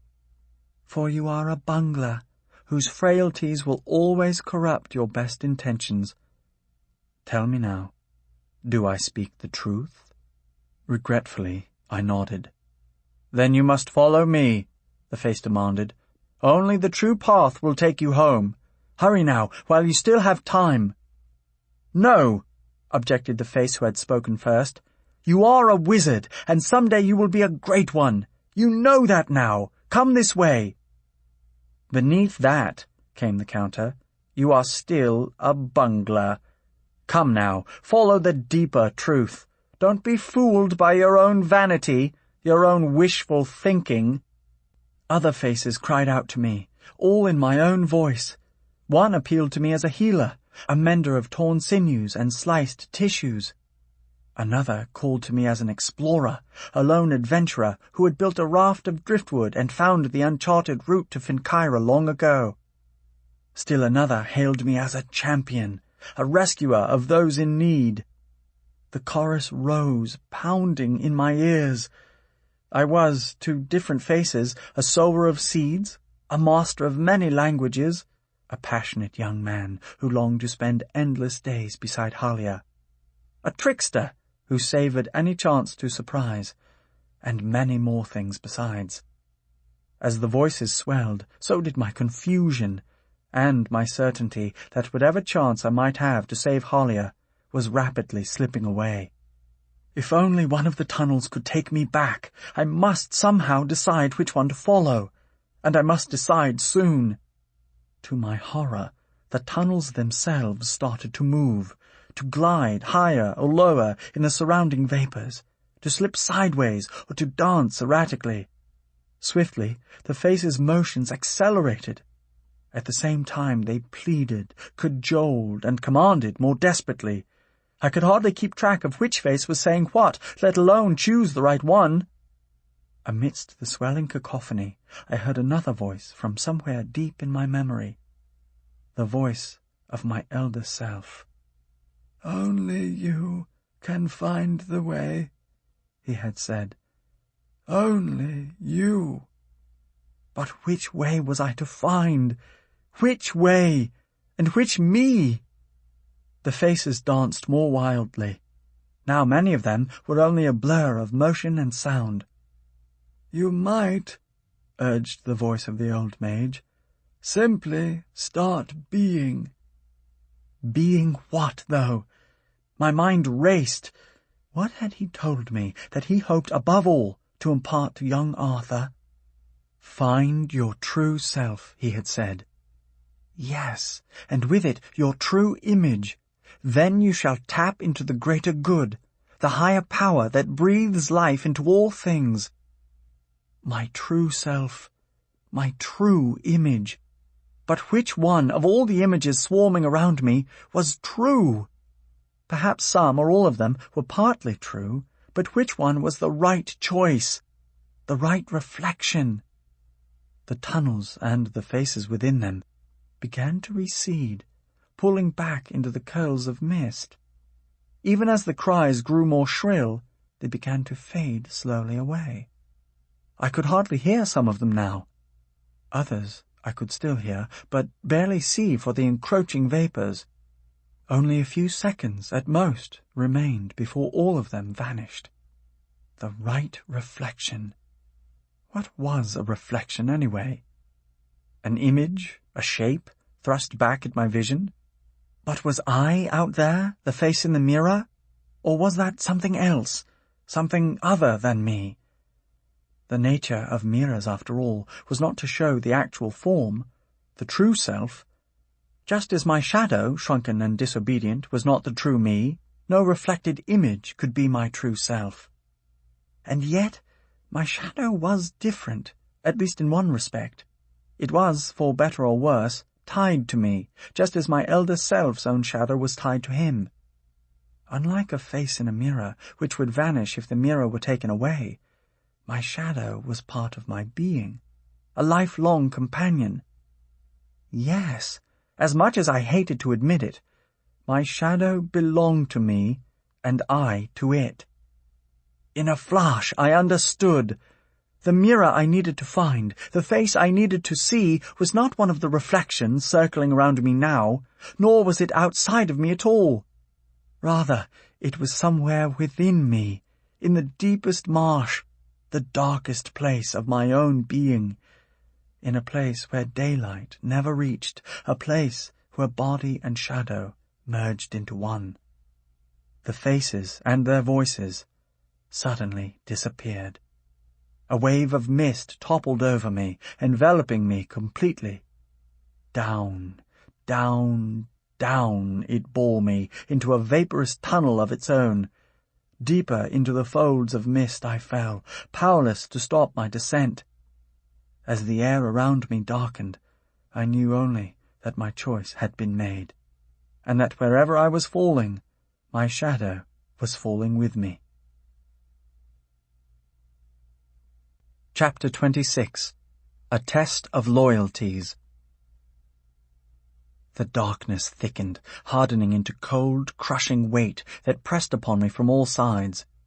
My bones, my every vein, cried out in torment.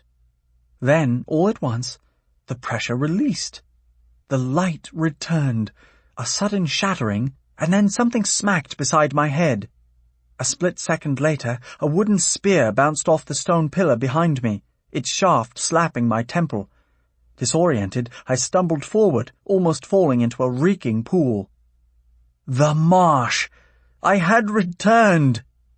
Rubbing my head, I glanced at the archway and the mirror it contained.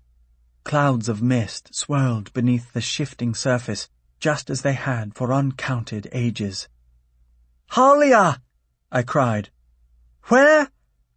Before I knew what was happening, a 3-fingered hand grabbed me by the throat and threw me backward. I landed, splattering bog water in every direction. Rolling over in the mire, I found myself staring up at a muscular assailant. His thin eyes glinted from under his pointed helmet, while a breastplate covered most of his chest.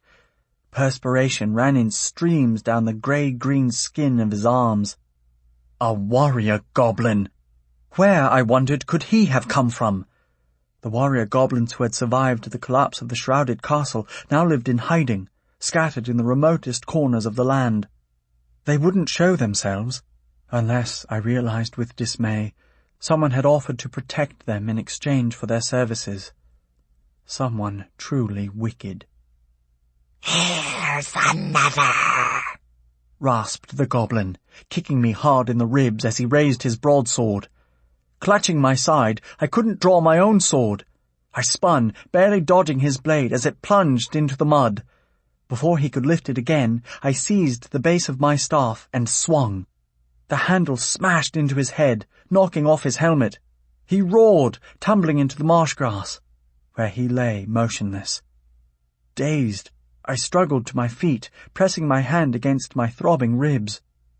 All of a sudden, I caught the smell. Sweet, overpoweringly sweet.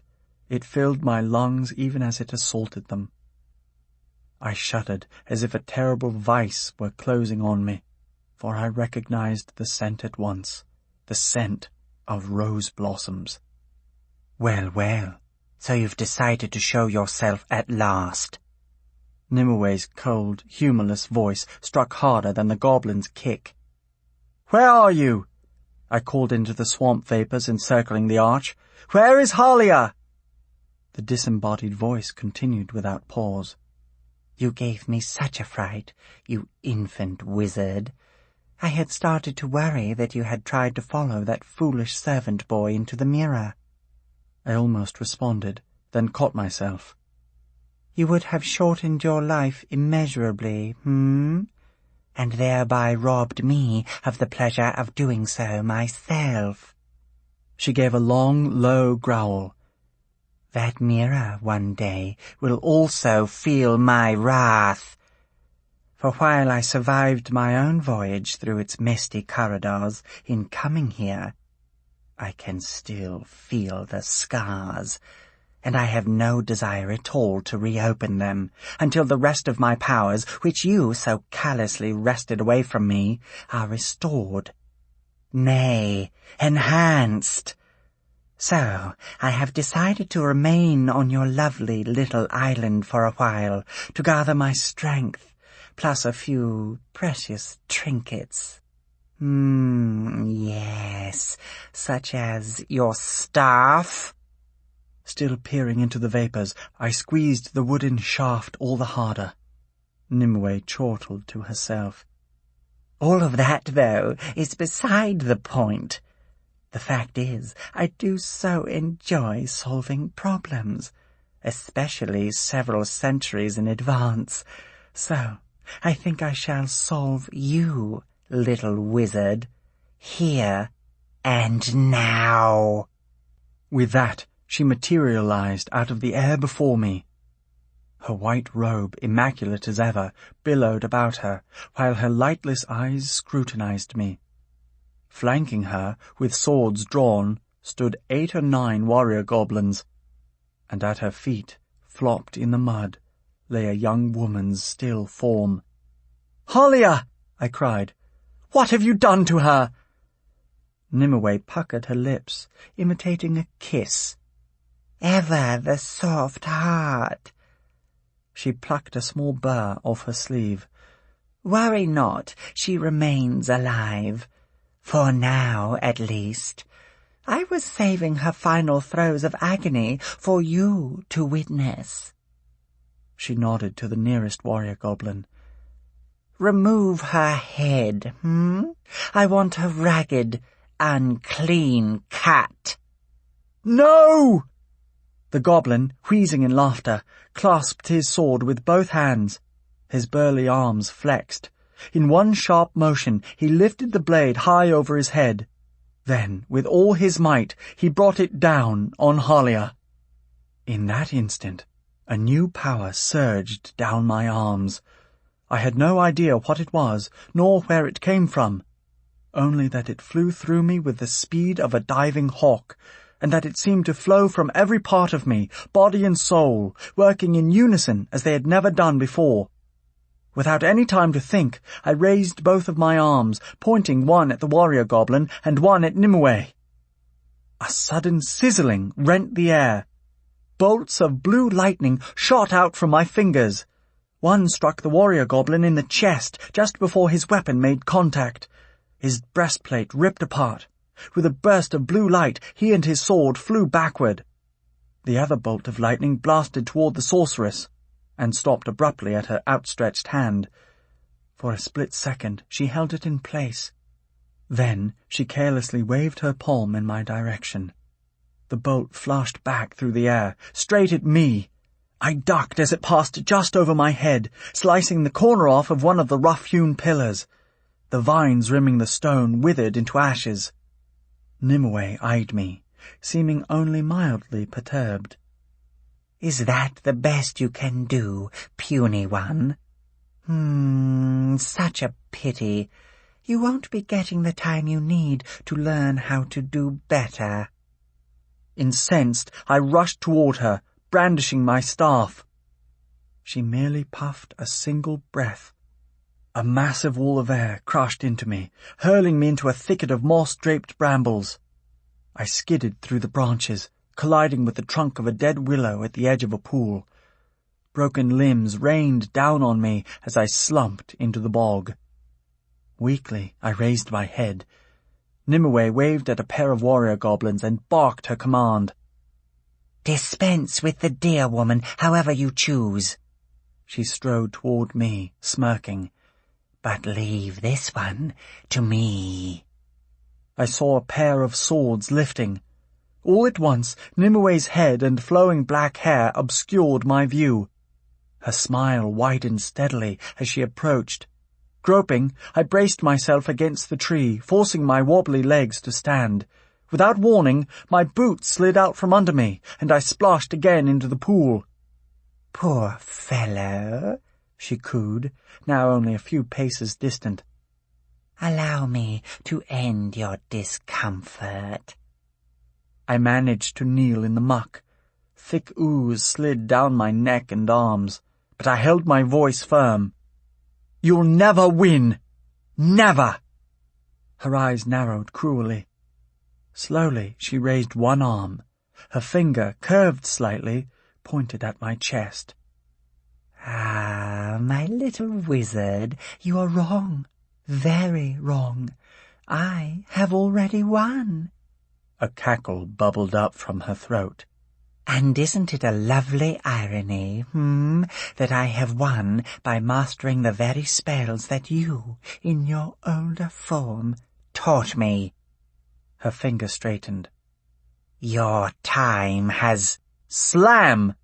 An enormous shape, larger than a boulder, dropped out of the sky. It struck the ground right behind Nimue, sending an explosion of mud and debris in all directions. With a shriek, she tumbled headlong into me. A wave of grime washed over both of us. Pulling my head from the mire, I glimpsed Nimue, dripping with the dark juices of the swamp. She cursed viciously as she fought to extract herself. Suddenly, I saw the gargantuan head that hovered over us. A triangular eye, glowing orange, stared down at me. Purple and scarlet scales covered the entire face, except for the long blue ear that protruded like a wind-blown banner.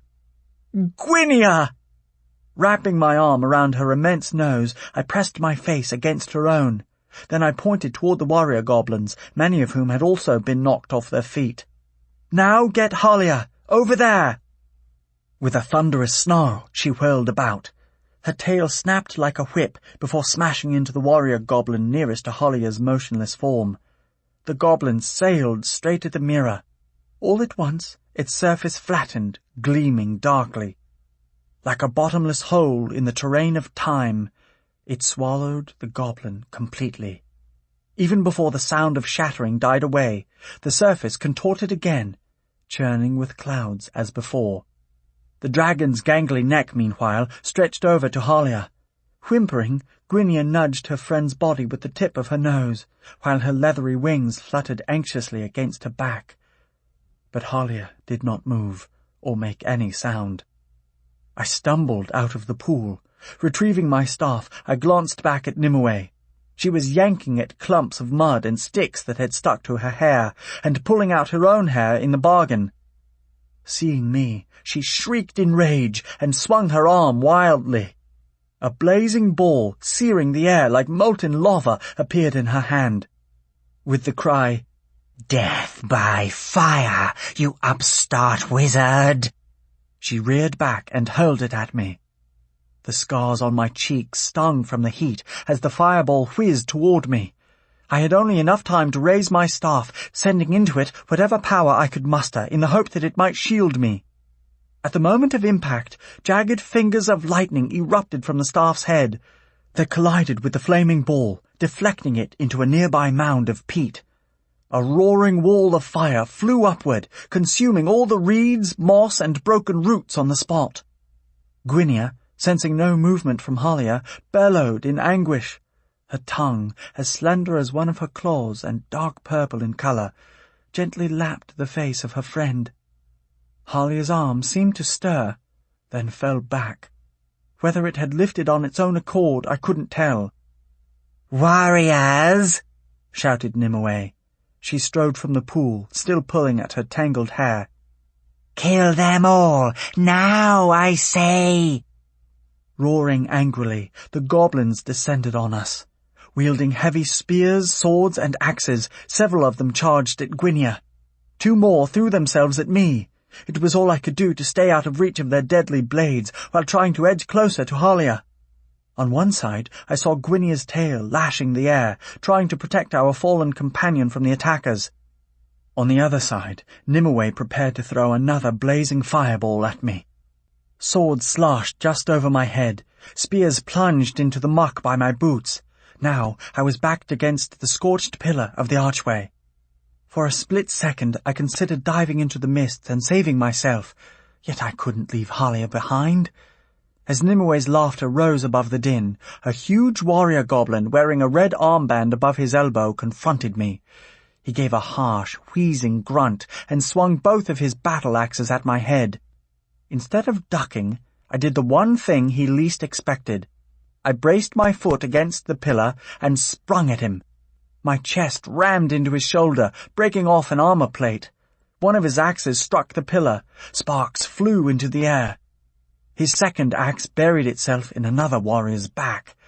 Meanwhile, I rolled helplessly through the marsh grass. Finally, I came to a stop. Though my head was spinning, I realized that I was almost underneath the dragon's tail. The shadow of its barbed tip passed over me as she swung at one of our assailants.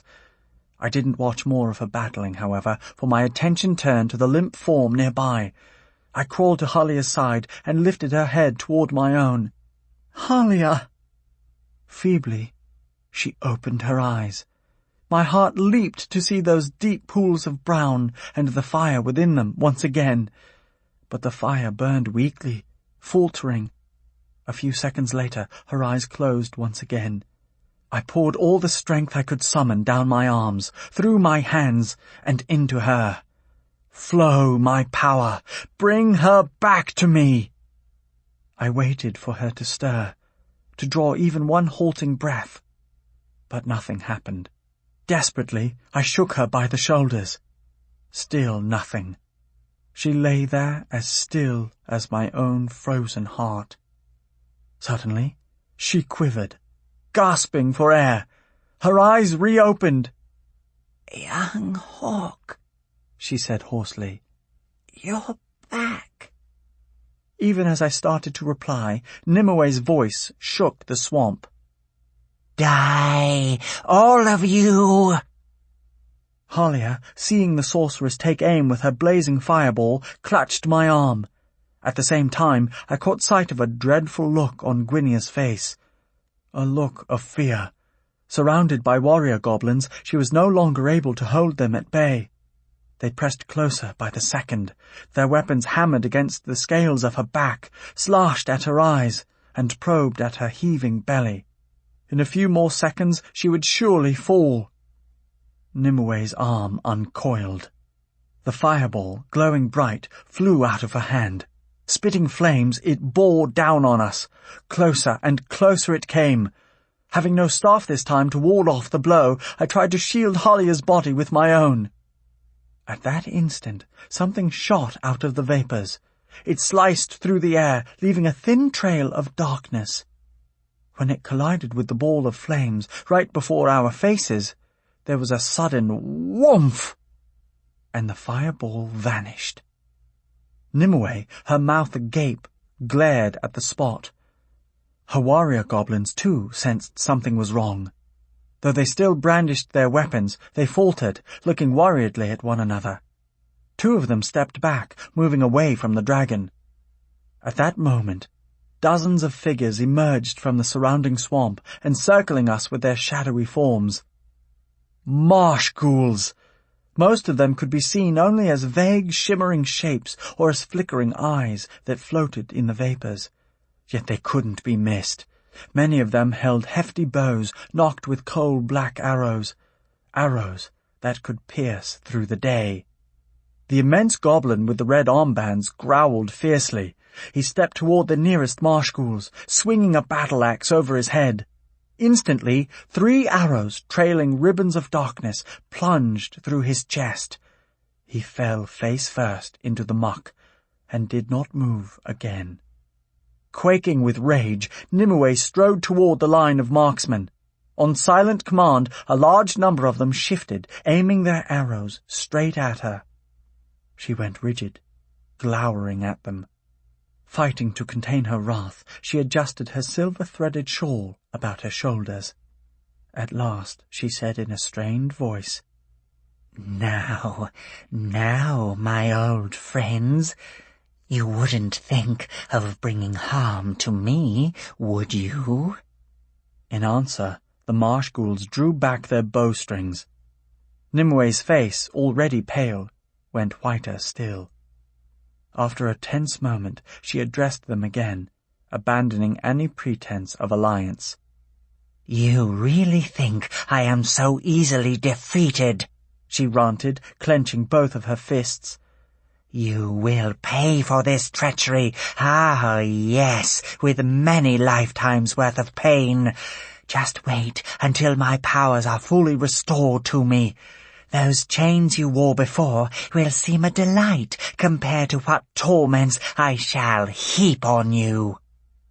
A few of the marsh ghouls seemed to waver.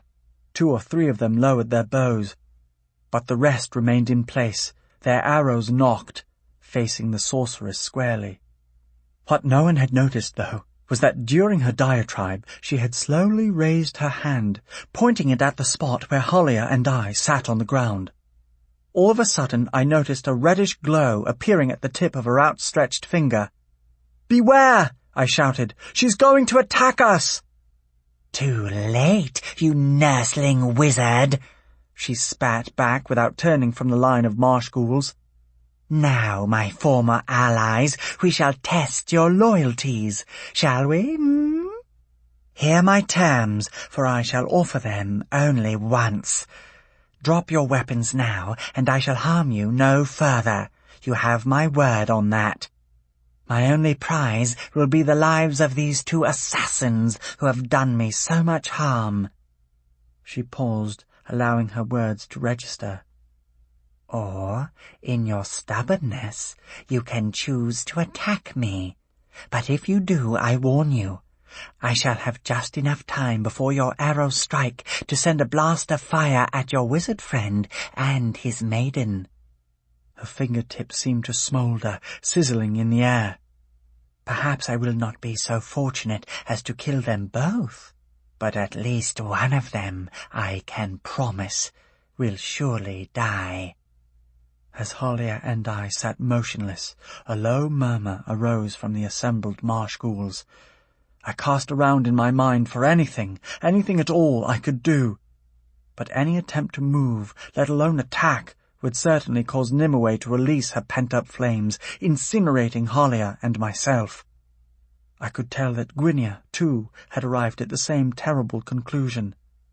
Although her eyes brimmed with torment, she remained utterly still, even holding her wings tight against her back. At length, the marsh ghouls again fell silent. Their luminous eyes glinted through the threads of mist that wove about their shifting forms.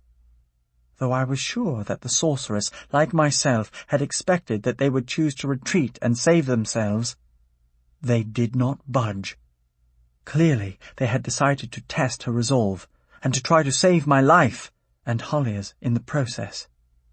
Nimue's face twisted. Her finger sizzled all the more, sending upward a thin trail of smoke. My hand squeezed Hollia's as my mind raced for some way to escape. A slight quiver of motion by my side caught my attention. My shadow! In that instant I sent it a silent command. If you never heed me again, you must do so now. Go now. Stop her if you can. The shadow seemed to hesitate, shrinking itself down to a fraction of its size. Then, like a pouncing wolf, it leaped away from me and hurled itself at the sorceress, slamming straight into her abdomen. Nimue shrieked, lurching backward. The searing blast of flames shot from her finger, expending itself harmlessly on the swamp vapors above her head. Before she could gather herself, I lunged at her myself, ploughing into her with all my strength. She flew backward, ramming into one of the stone pillars. Fingers of mist broke out of the mirror's surface, groping at her. She swatted at them, stumbling sideways. The surface suddenly snapped into a rigid black sheet. For a brief instant, waving her arms to keep her balance, she stared at her own dark reflection, and at something else beyond. "No!" she cried, even as she fell into the mirror. She vanished into its depths, her final shriek fading into the sound of shattering, which in turn faded into silence. As her sweet aroma diminished, no one moved for a long moment. Then, all at once, a resounding cheer went up, first from Hollia and myself, then from Gwynia, who also battered the ground with her tail, spraying mud in all directions, and finally from the marsh ghouls, whose voices rose in eerie, heaving moans. When the cries at last died away, the remaining warrior goblins dropped their weapons. Slowly, very slowly, the marsh ghouls' circle parted. Hesitantly at first, the warrior goblins moved toward the opening. A moment later, they broke into a run and scattered in the swamp, their heavy boots pounding through the mud. The marsh ghouls stood, shimmering darkly, for another few seconds. Then, as quietly as they had arrived, they melted into the vapors, vanishing from sight. Only the empty trails of their arrows remained, scrawled upon the air by the ancient archway. I held Hollia close. The swamp seemed strangely calm. Together we listened to the sound of our own breathing, and Gwynia's, not fully believing we remained alive. Then, out of the quiet, arose a new sound. It came from somewhere nearby. Although it lasted only a second or two, it seemed almost like a voice, almost like a cat giving a single satisfied meow. Chapter 27. Their Own Story. As I sat on the ground beside Hollia, swamp vapors encircled us, much as the marsh ghouls had only moments before. Suddenly, I felt a strong nudge against my back. I turned to see Gwynia, her fiery eyes trained on us. With a quivering hand, Hollia reached up to stroke the dragon's enormous nose. "You did well, my friend. Though you can't yet breathe fire, you fought like a true dragon. Yes, even your namesake, mother of all the dragon race, would have been proud." Gwynia, as if embarrassed, shook her head, making the rows of tiny purple scales beneath her eyes glitter like amethyst jewels. It also made her floppy ear slap against her shoulder, splattering us with mud. Laughing, Hollia pulled a glob off her chin. Without warning, she turned and threw it at my head. It smacked me on the temple. "That," she declared, "is for being late." Before I could protest, she pulled my face to hers. Those doe-like eyes studied me for an instant. Then she planted a soft kiss on my lips. "And that's for coming back to me." Sputtering with surprise, I pulled away. That's—" "There," she said with finality. "You remember that there was something I wanted to tell you? Well, now I have." My babbling ceased, and I grinned. Suddenly pensive, she scanned the surrounding bog, watching the coils of rising vapours. Her fingers ran over the mud at our side, touching the scattered ashes that were the only remnant of Nimue's fireball. "Somehow, young hawk, I knew you would come back in time to help. But the marsh ghouls, that surprised me." I nodded, surprised Nimue too. "I've never heard of them doing anything to help another creature." She began to comb her tangled locks with her fingers. "Certainly not a man or woman. Even my own people, famous for their forgiveness, have little to spare for marsh ghouls. All of our stories about them, every last one, ends in terror." Giving up on her mud-crusted hair, she stopped combing and peered at me thoughtfully. "It's possible, I suppose, you did the right thing after all with my father's key. Maybe it will have some effect that reaches beyond today. Maybe it will even change